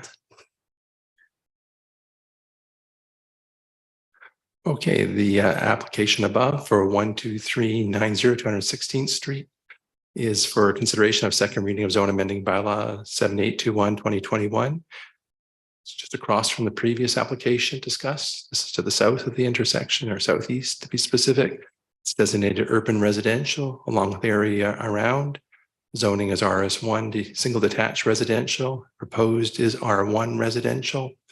The site area is approximately 10,000 square meters and 2 lots are being proposed.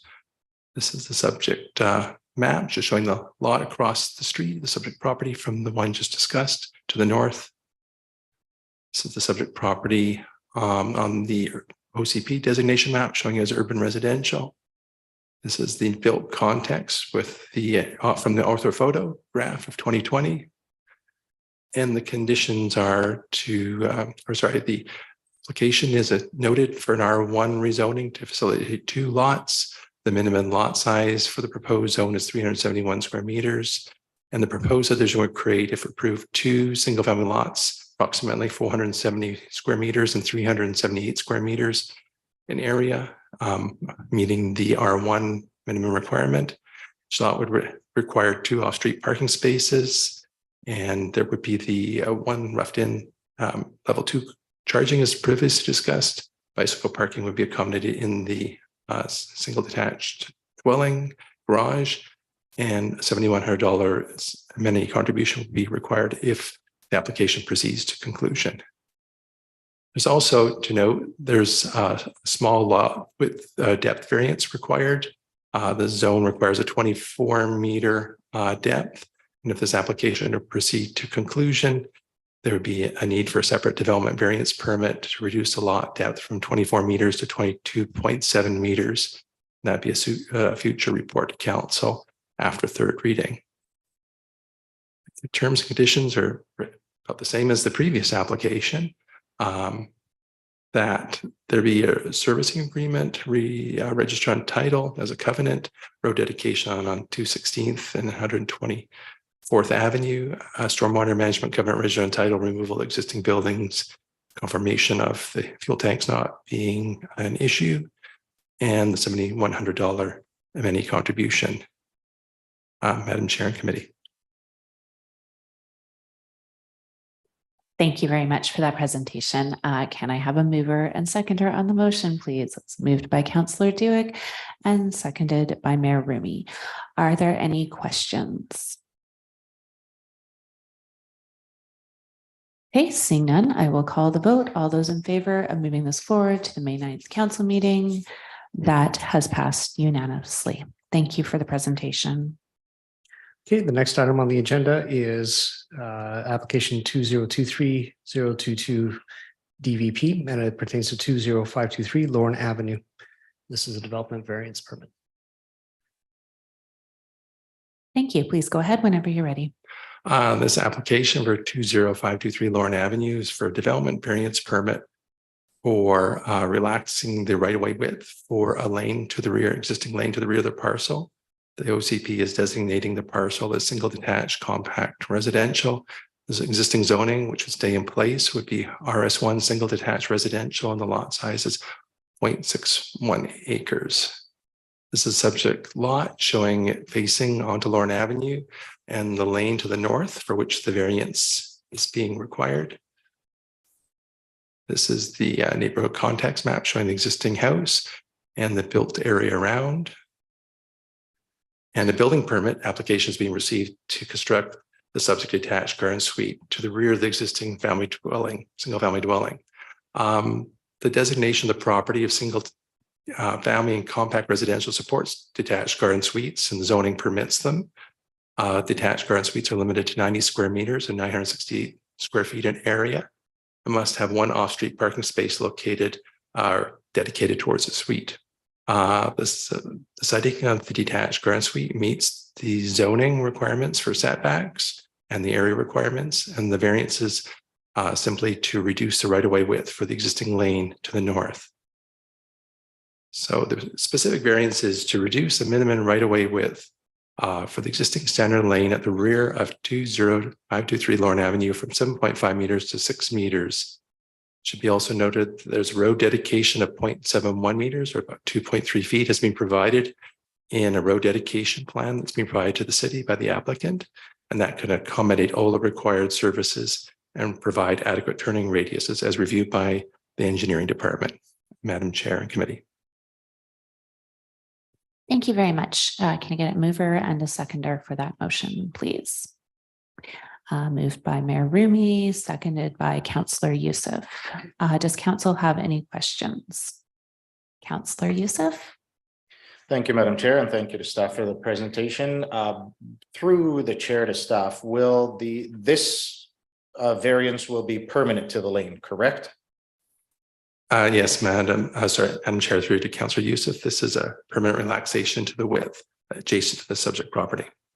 Thank you for that. And will this 1.5 meter reduction through the chair actually bulge out into the existing lane? Or will it be in line with the other properties that front the lane? Madam Chair, through to Councillor Youssef and Committee. Right now, the lane is a straight line at the back. This applicant is providing 0.71 meters of dedication. So the lane will actually get a little bit wider and dip down in front of this property. It'll be a little wider lane, a little shorter lot. And over time, as properties redevelop, there'll be future dedication required for future lots, whether they're being developed into a duplex or whatever is allowed under the zoning at the time, or further detached garden suites. Thank you for that. And last question through the chair to staff. This variance will not impede traffic or possibly impede emergency vehicles such as fire trucks from accessing the lane if there's a need to? This has been reviewed by the engineering department in consultation with staff, and I just refer over to Rachel Ohlenberger, Manager Infrastructure. Through the chair to Councillor Youssef, the lane actually will stay in its current state as it's constructed, which does allow current vehicle use. Most emergency vehicles do access from the front where the address is, but an emergency vehicle can currently use the lane. The dedication is on paper. The lane, once it's dedicated through, will construct it wider. The volumes are expected to be quite low. Thank you very much for that. Thank you, Madam Chair. Those are my questions. Mayor Remy? I just have one question. Thank you for the presentation. I just want to make sure that there's no parking back there, right? Like the resident can't park anywhere near that lane, correct? Madam Chair, through to Mayor Rumi, there's no parking on the lane, but there is an off-street parking space and a carport adjacent to the detached grand suite to provide for parking for that tenant. Okay, and that's not going to interfere with the flow. No, it's on site. Okay, thank you very much. Thank you very much. Seeing no more questions, I will call the vote. All those in favor of moving this item to the next council meeting, that has passed unanimously. Okay, the next item on the agenda is application 2023-055 VP, and this is another development variance permit for 28621 104th Avenue and 10455 287th Street. Thank you.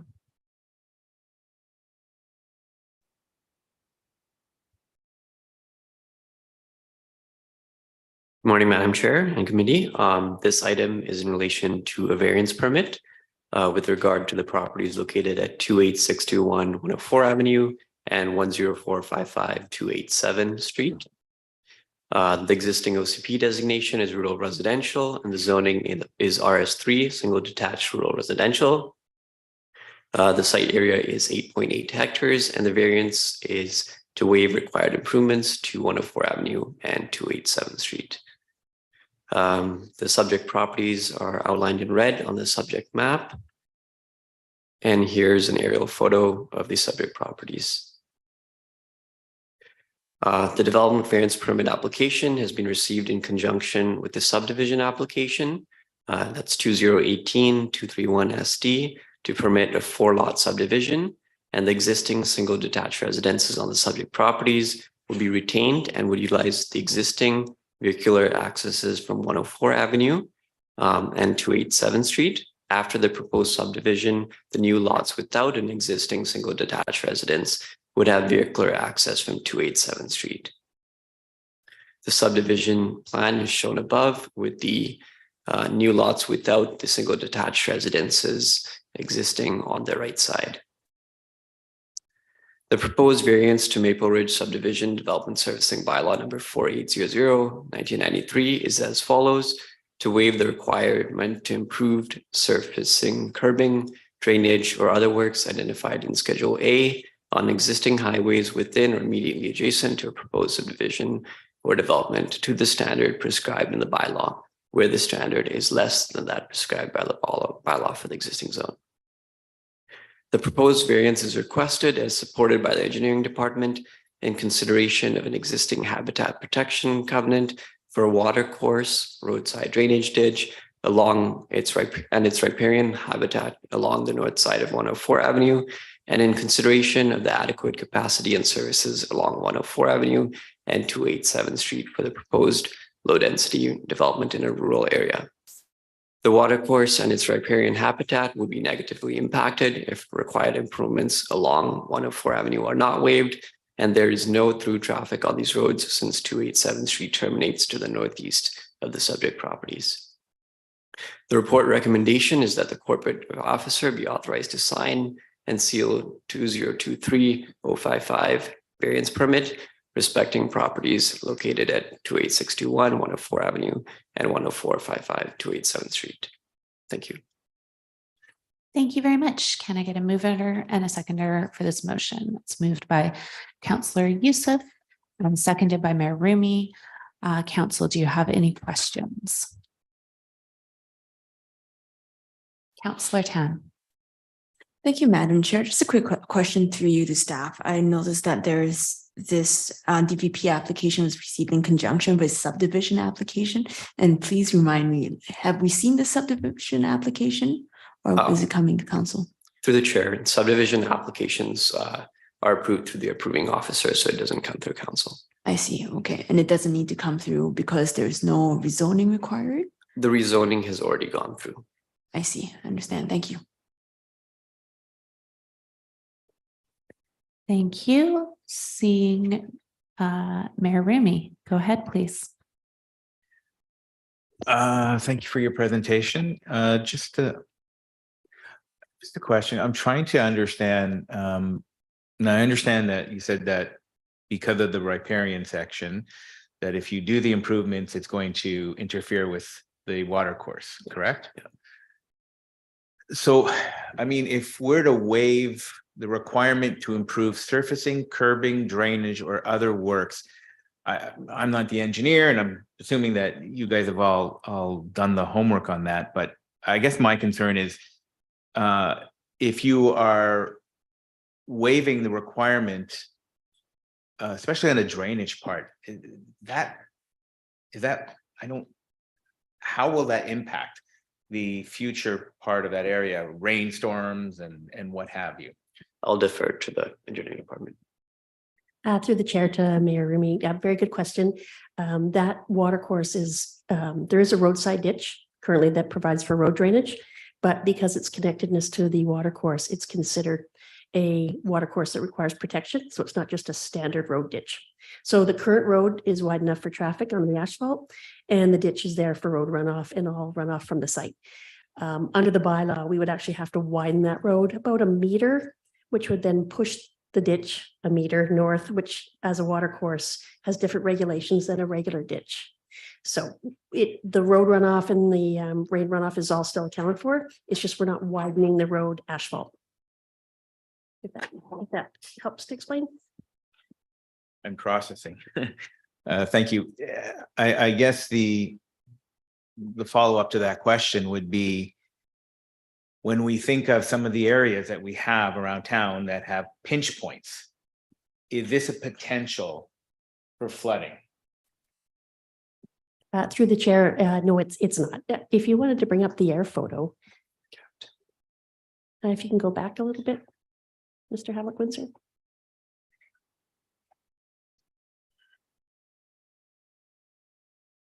That one? The air photo, if you have, it just shows the existing 104th Avenue. So it's at that. You had the air photo up there. It's the next slide. There you go. So the existing 104th Avenue is there. It's constructed. That blue line is the existing ditch that takes all the runoff from the site, deals with any rainfall. But it's also classified as a water course. So it's that blue line along the north side of 104th, but the road won't be changed at all. There won't be a pinch point created at all. Thank you very much. Are there any more questions from council?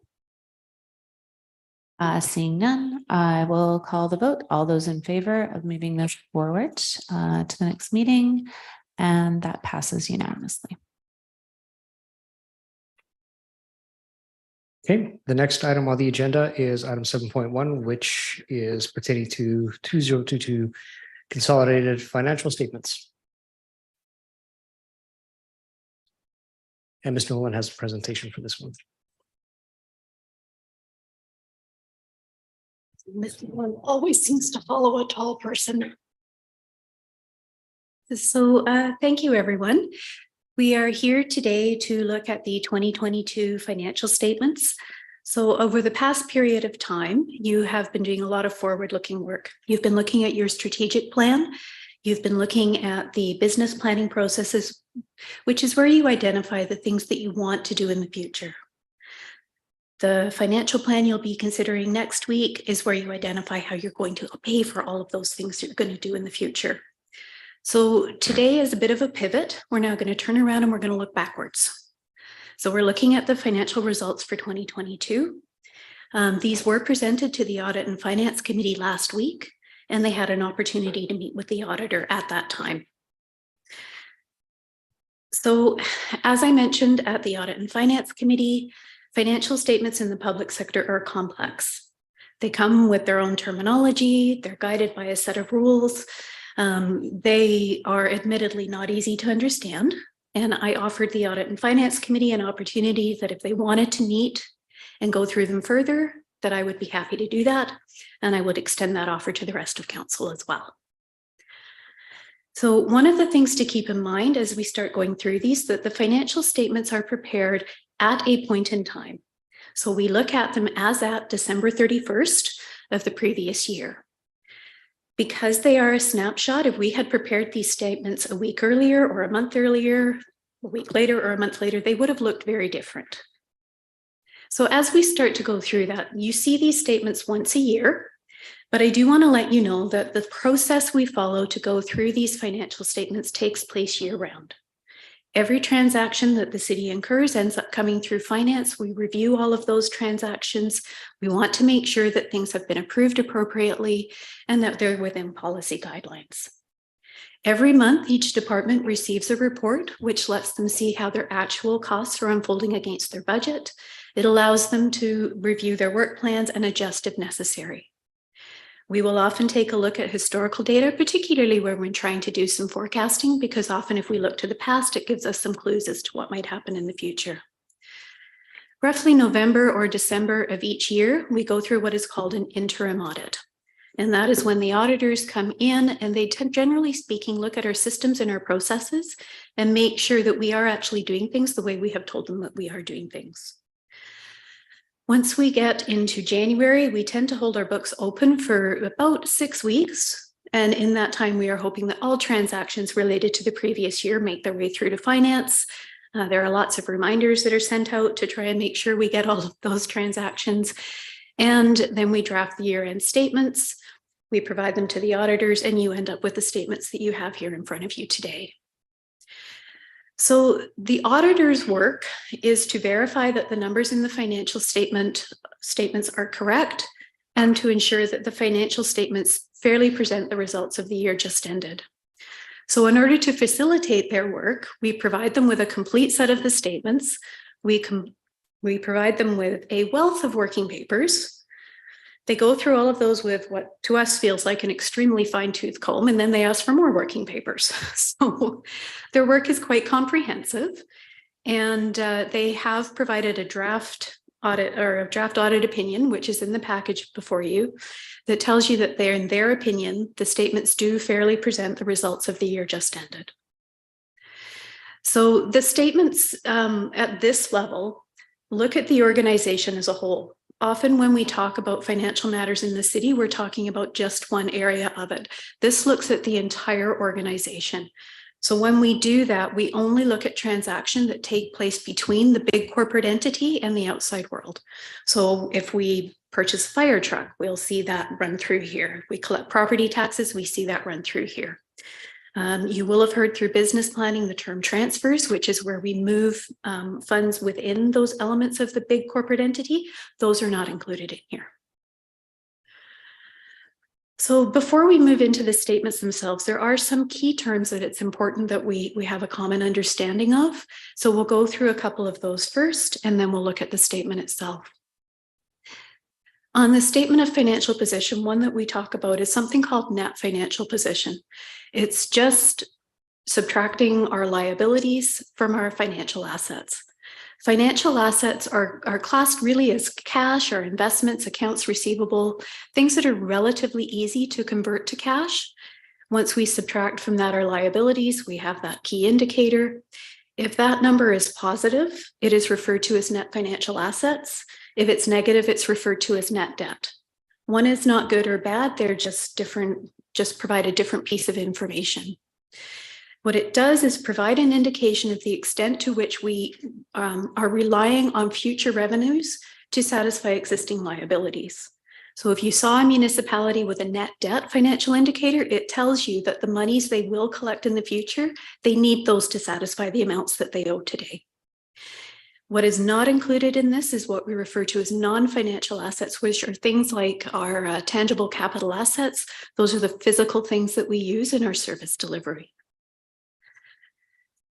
The other key number on here is something that we refer to as accumulated surplus. So this is the total of all of our assets, financial and non-financial. We subtract from that our liabilities, and we end up with a very large number, as you will see. This is referred to as the net economic resources that are available for service provision. The key thing to note here is that it is not a funding source for our day-to-day operations, and we will in a couple of slides show a breakdown of that amount for you. So here is the statement of financial position itself. You can see it organized there with our financial assets at the top, then our liabilities. You see our net financial asset indicator of 139.1 million. You'll see our non-financial assets and our accumulated surplus of 1.3 billion.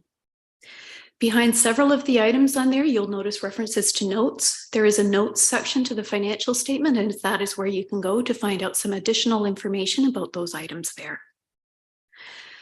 So you will note that our net financial assets increased by about 17.75 million over last year, and that's mainly due to increases in our financial assets. If we look at our cash and portfolio investments as a combined amount, they increased by about 8.8 million over 2021. And the reason we look at that as a combined amount is depending on what our cash flow needs are, depending on what rates are available to us in the marketplace, it may make sense to keep our holdings more liquid, or it may make sense to invest them so we can maximize our interest earnings. We also saw our accounts receivable increase by about $9 million, and that's driven by a couple of things. A couple things to note there. Grants receivable increased by about 2.3 million over last year. A lot of that is related to grants associated with our capital program. About 2.3 million of that is related to grants we expect to receive from TransLink. Of that, about 900,000 we're ready to claim now. The balance is for projects that are in progress, and we'll submit those claims as those projects complete. We saw about a $4 million increase in interest receivable. And again, that's just a reflection of the increased rates that were available to us last year. And we also saw development cost charges receivable increase by about $1 million. Liabilities are very comparable to where they were last year. And so normally I wouldn't spend a lot of time on those. I will today, just because I think it's useful to understand what some of those liabilities are.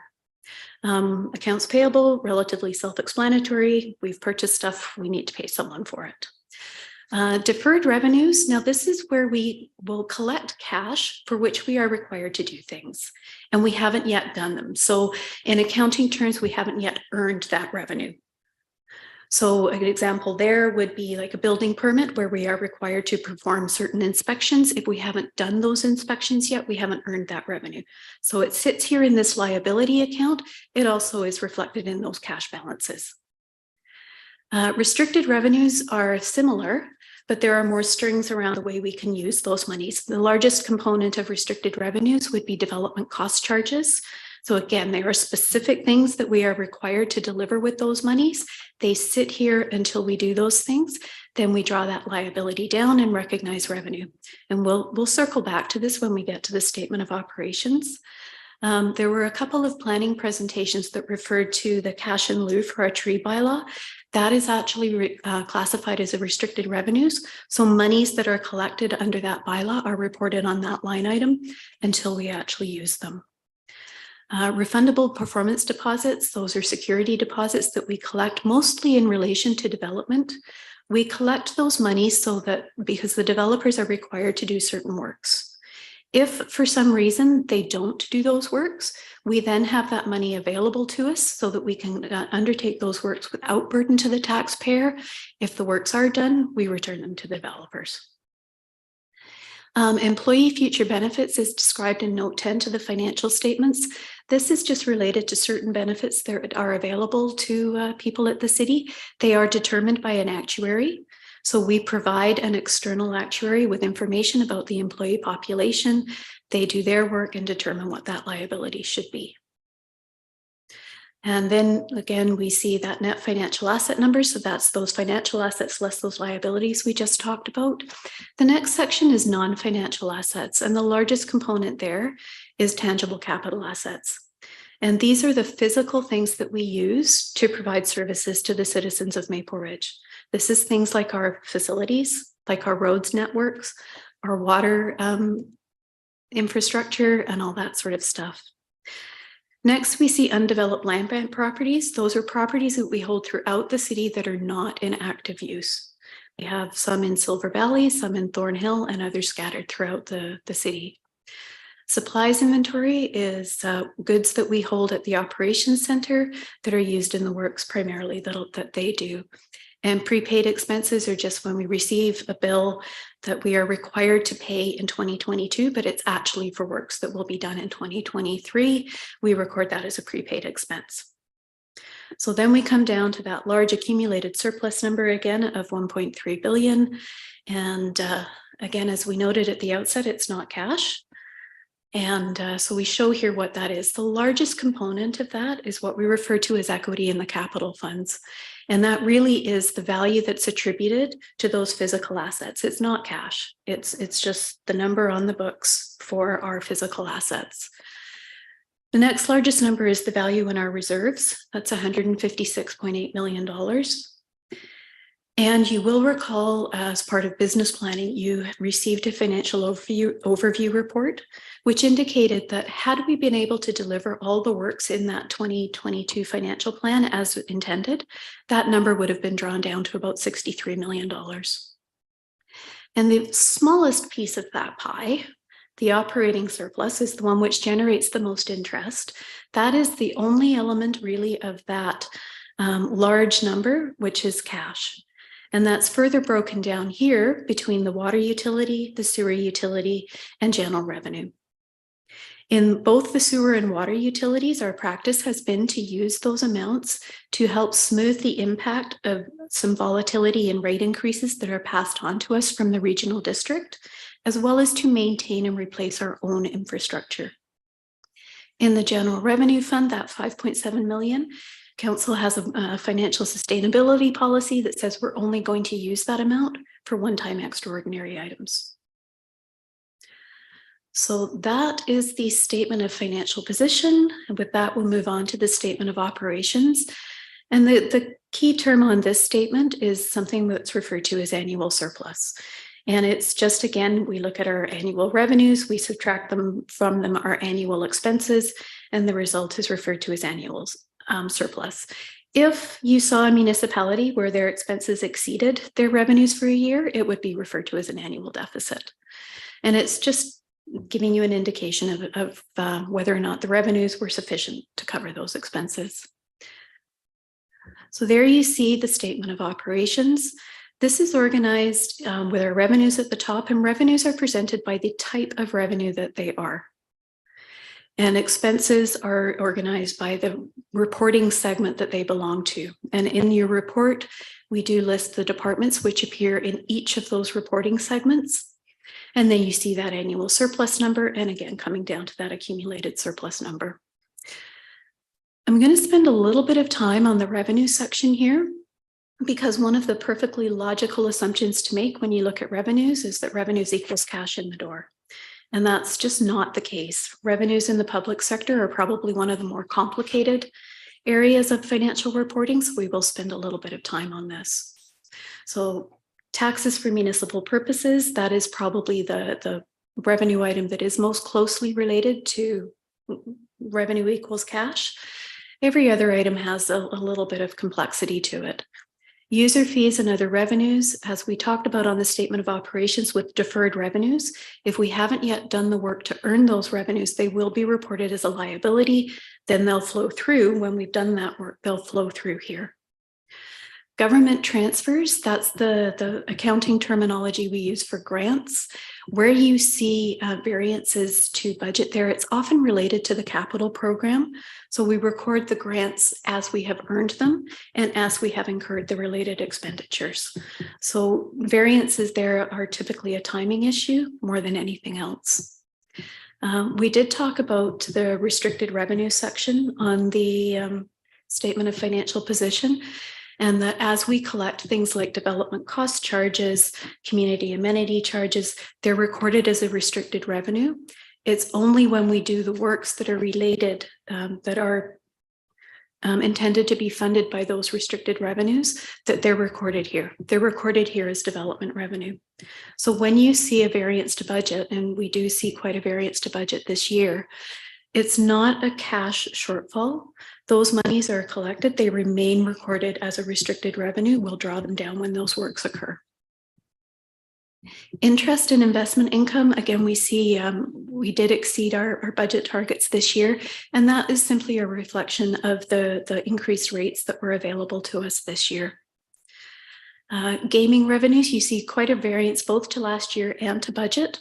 In 2021, the facility was closed for 6 months of the year still.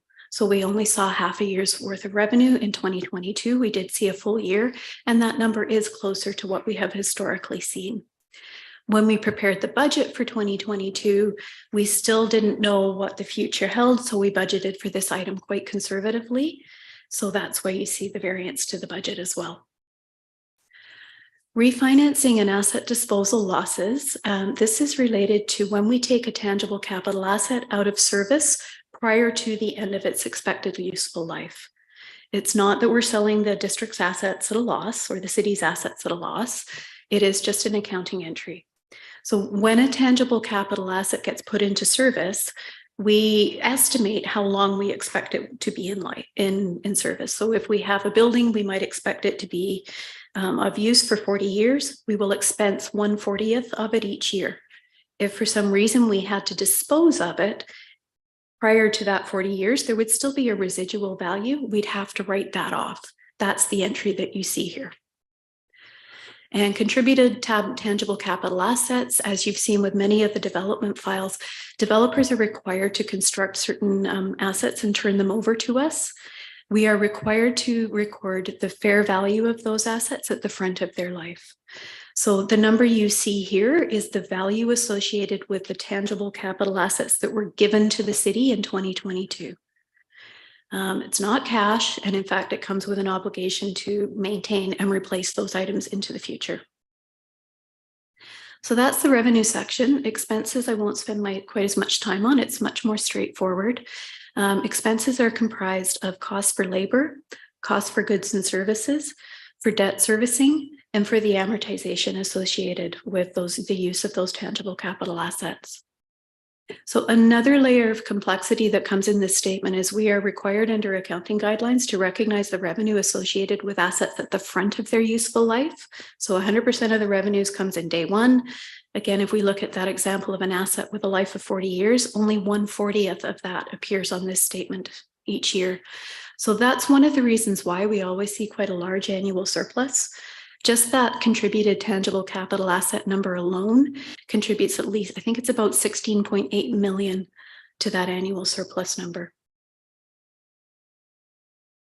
So that's the statement of operations. The next one is the statement of change in net financial assets.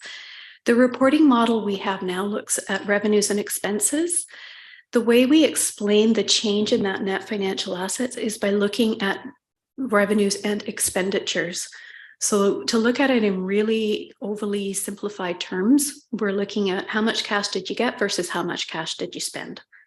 So to do that, we start with that annual surplus number. We add in things like how much did we spend on tangible capital assets, and then we back out that amortization number. And there's a few other adjusting items, but that explains how we got to that 17.75 million increase.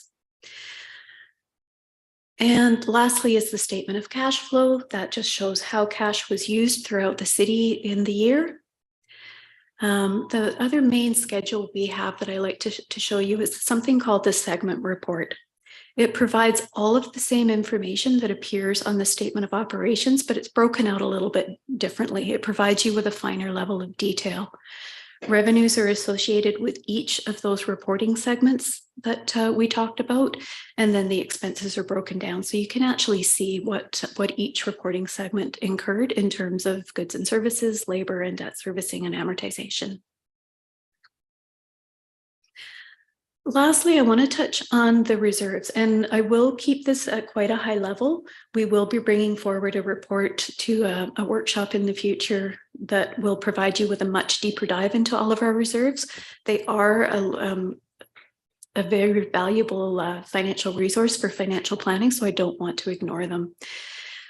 We have two main types of reserves. Reserve funds, which are statutory. Those are ones that we establish by bylaw, and that bylaw will set out what those funds can be used for. We also have reserve accounts, which are discretionary appropriations of surplus. They're much more flexible. We will often change that mix of reserve accounts as changing business needs emerge and to just make sure that we have the risks managed appropriately. And as you heard throughout the conversation with some of the planning applications, we like to refer to restricted revenue accounts as reserves as well. They are not included in this. So we do have $156 million in reserves at the end of the year. They are listed for you here. They are also listed in, I believe it's note 15 to the financial statements. So you can see them all here. We can see that the reserves received 1.8 million in interest this year. So of that number that you saw in the statement of operations, 1.8 million of it was allocated to our reserves. We do see there was about $9 million worth of projects in progress that were transferred here. There's about $7.8 million for capital works that are still in progress. And we did draw down some of the reserves to fund facilities such as the Albion Community Center as that was completed this year. This will be going to the council meeting on May 9th. The resolution will be that we are asking for the consolidated financial statements to be approved. Under the current Canadian auditing standards, we do need to have this resolution before the auditors will stop their work for the year, and they will be able to put their fine-tooth comb away. And we will be one step closer to my team actually being able to join 2023.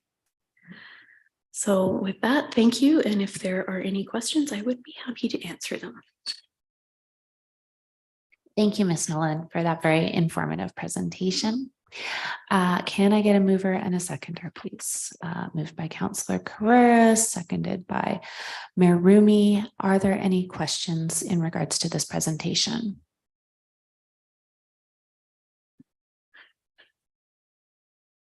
I think your presentation covered it all. Thank you very much. I'll call the question. All those in favor of moving this forward? That passes unanimously. Thank you very much.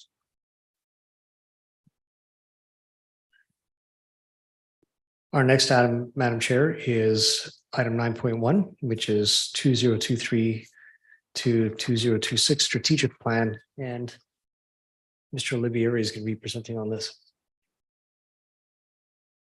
Thank you very much. Good afternoon, Madam Chair and Council. I'm very pleased to present for you the results of the engagement initiative regarding the Council strategic plan.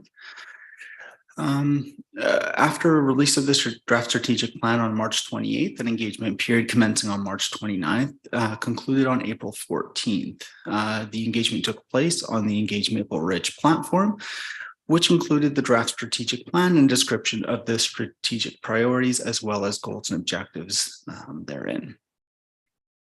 The public was notified and invited to participate in the engagement activity via the city website, a media release, Mayor's Minute video, a video pertaining specifically to the strategic plan, and then social media posts over the course of the engagement period. As a result of these activities, the public engaged in a number of different facets with the content. Our site is able to produce some of these metrics. For example, we received 436 total visitors to the site. 378 reviewed the landing page or are defined as aware of the content. 237 went on to download content from the website, for example, the strategic plan itself, view multiple pages, or contribute to our engagement tool, which was an open-ended survey. And so in total, 19 users submitted contributions via the survey, and we received one detailed email from the public that provided many detailed recommendations that pertain to each goal within the plan. So those are not captured in fully in this the next report of engagement activities, but they will be passed on to staff as they were recommendations for how to move forward with action planning. So what we heard, I provided a condensed list from what was provided in the report just to summarize some of the themes. The top comment that we received from the public was that there's anticipation and desire for more detail as to what action is going to take place within each goal. And really, that's the next step. Having said that, council's moving forward with the 2023 through 2027 financial plan and the business planning process attached to it already set in motion many actions that relate and advance council's priorities that are detailed in this strategic plan. Furthermore, as this engagement period did take place over the same time as engagement on the financial plan, we did receive commentary that spoke directly to the proposed tax increase. Many of those comments reflect the perceptions that were communicated to council when I reported out on the engagement activities on the financial plan. I do want to note the next two themes, and the first is financial alignment with community needs. And this is that what was being proposed in the financial plan as well as council strategic plan both did seem to align, and the public was appreciative of that, but did request further communications with how investments and strategic investments were going to advance council's priority and to make that clearer moving forward throughout the mandate. Finally, we did have 3 commenters directly support the strategic plan as it was and really provide glowing feedback for the work the council has done to date. With that in mind, our next steps are to move this item forward to the May 9th council meeting for adoption of the strategic plan. And then staff will kick off action planning. Again, this is building off of the work that's already been done for 2023 and beyond. To identify those key activities which will advance council's objectives. We will also build metrics that relate back to those priorities to build into our corporate performance management framework. With that said, I'm happy to take any questions on the engagement activity or the strategic plan.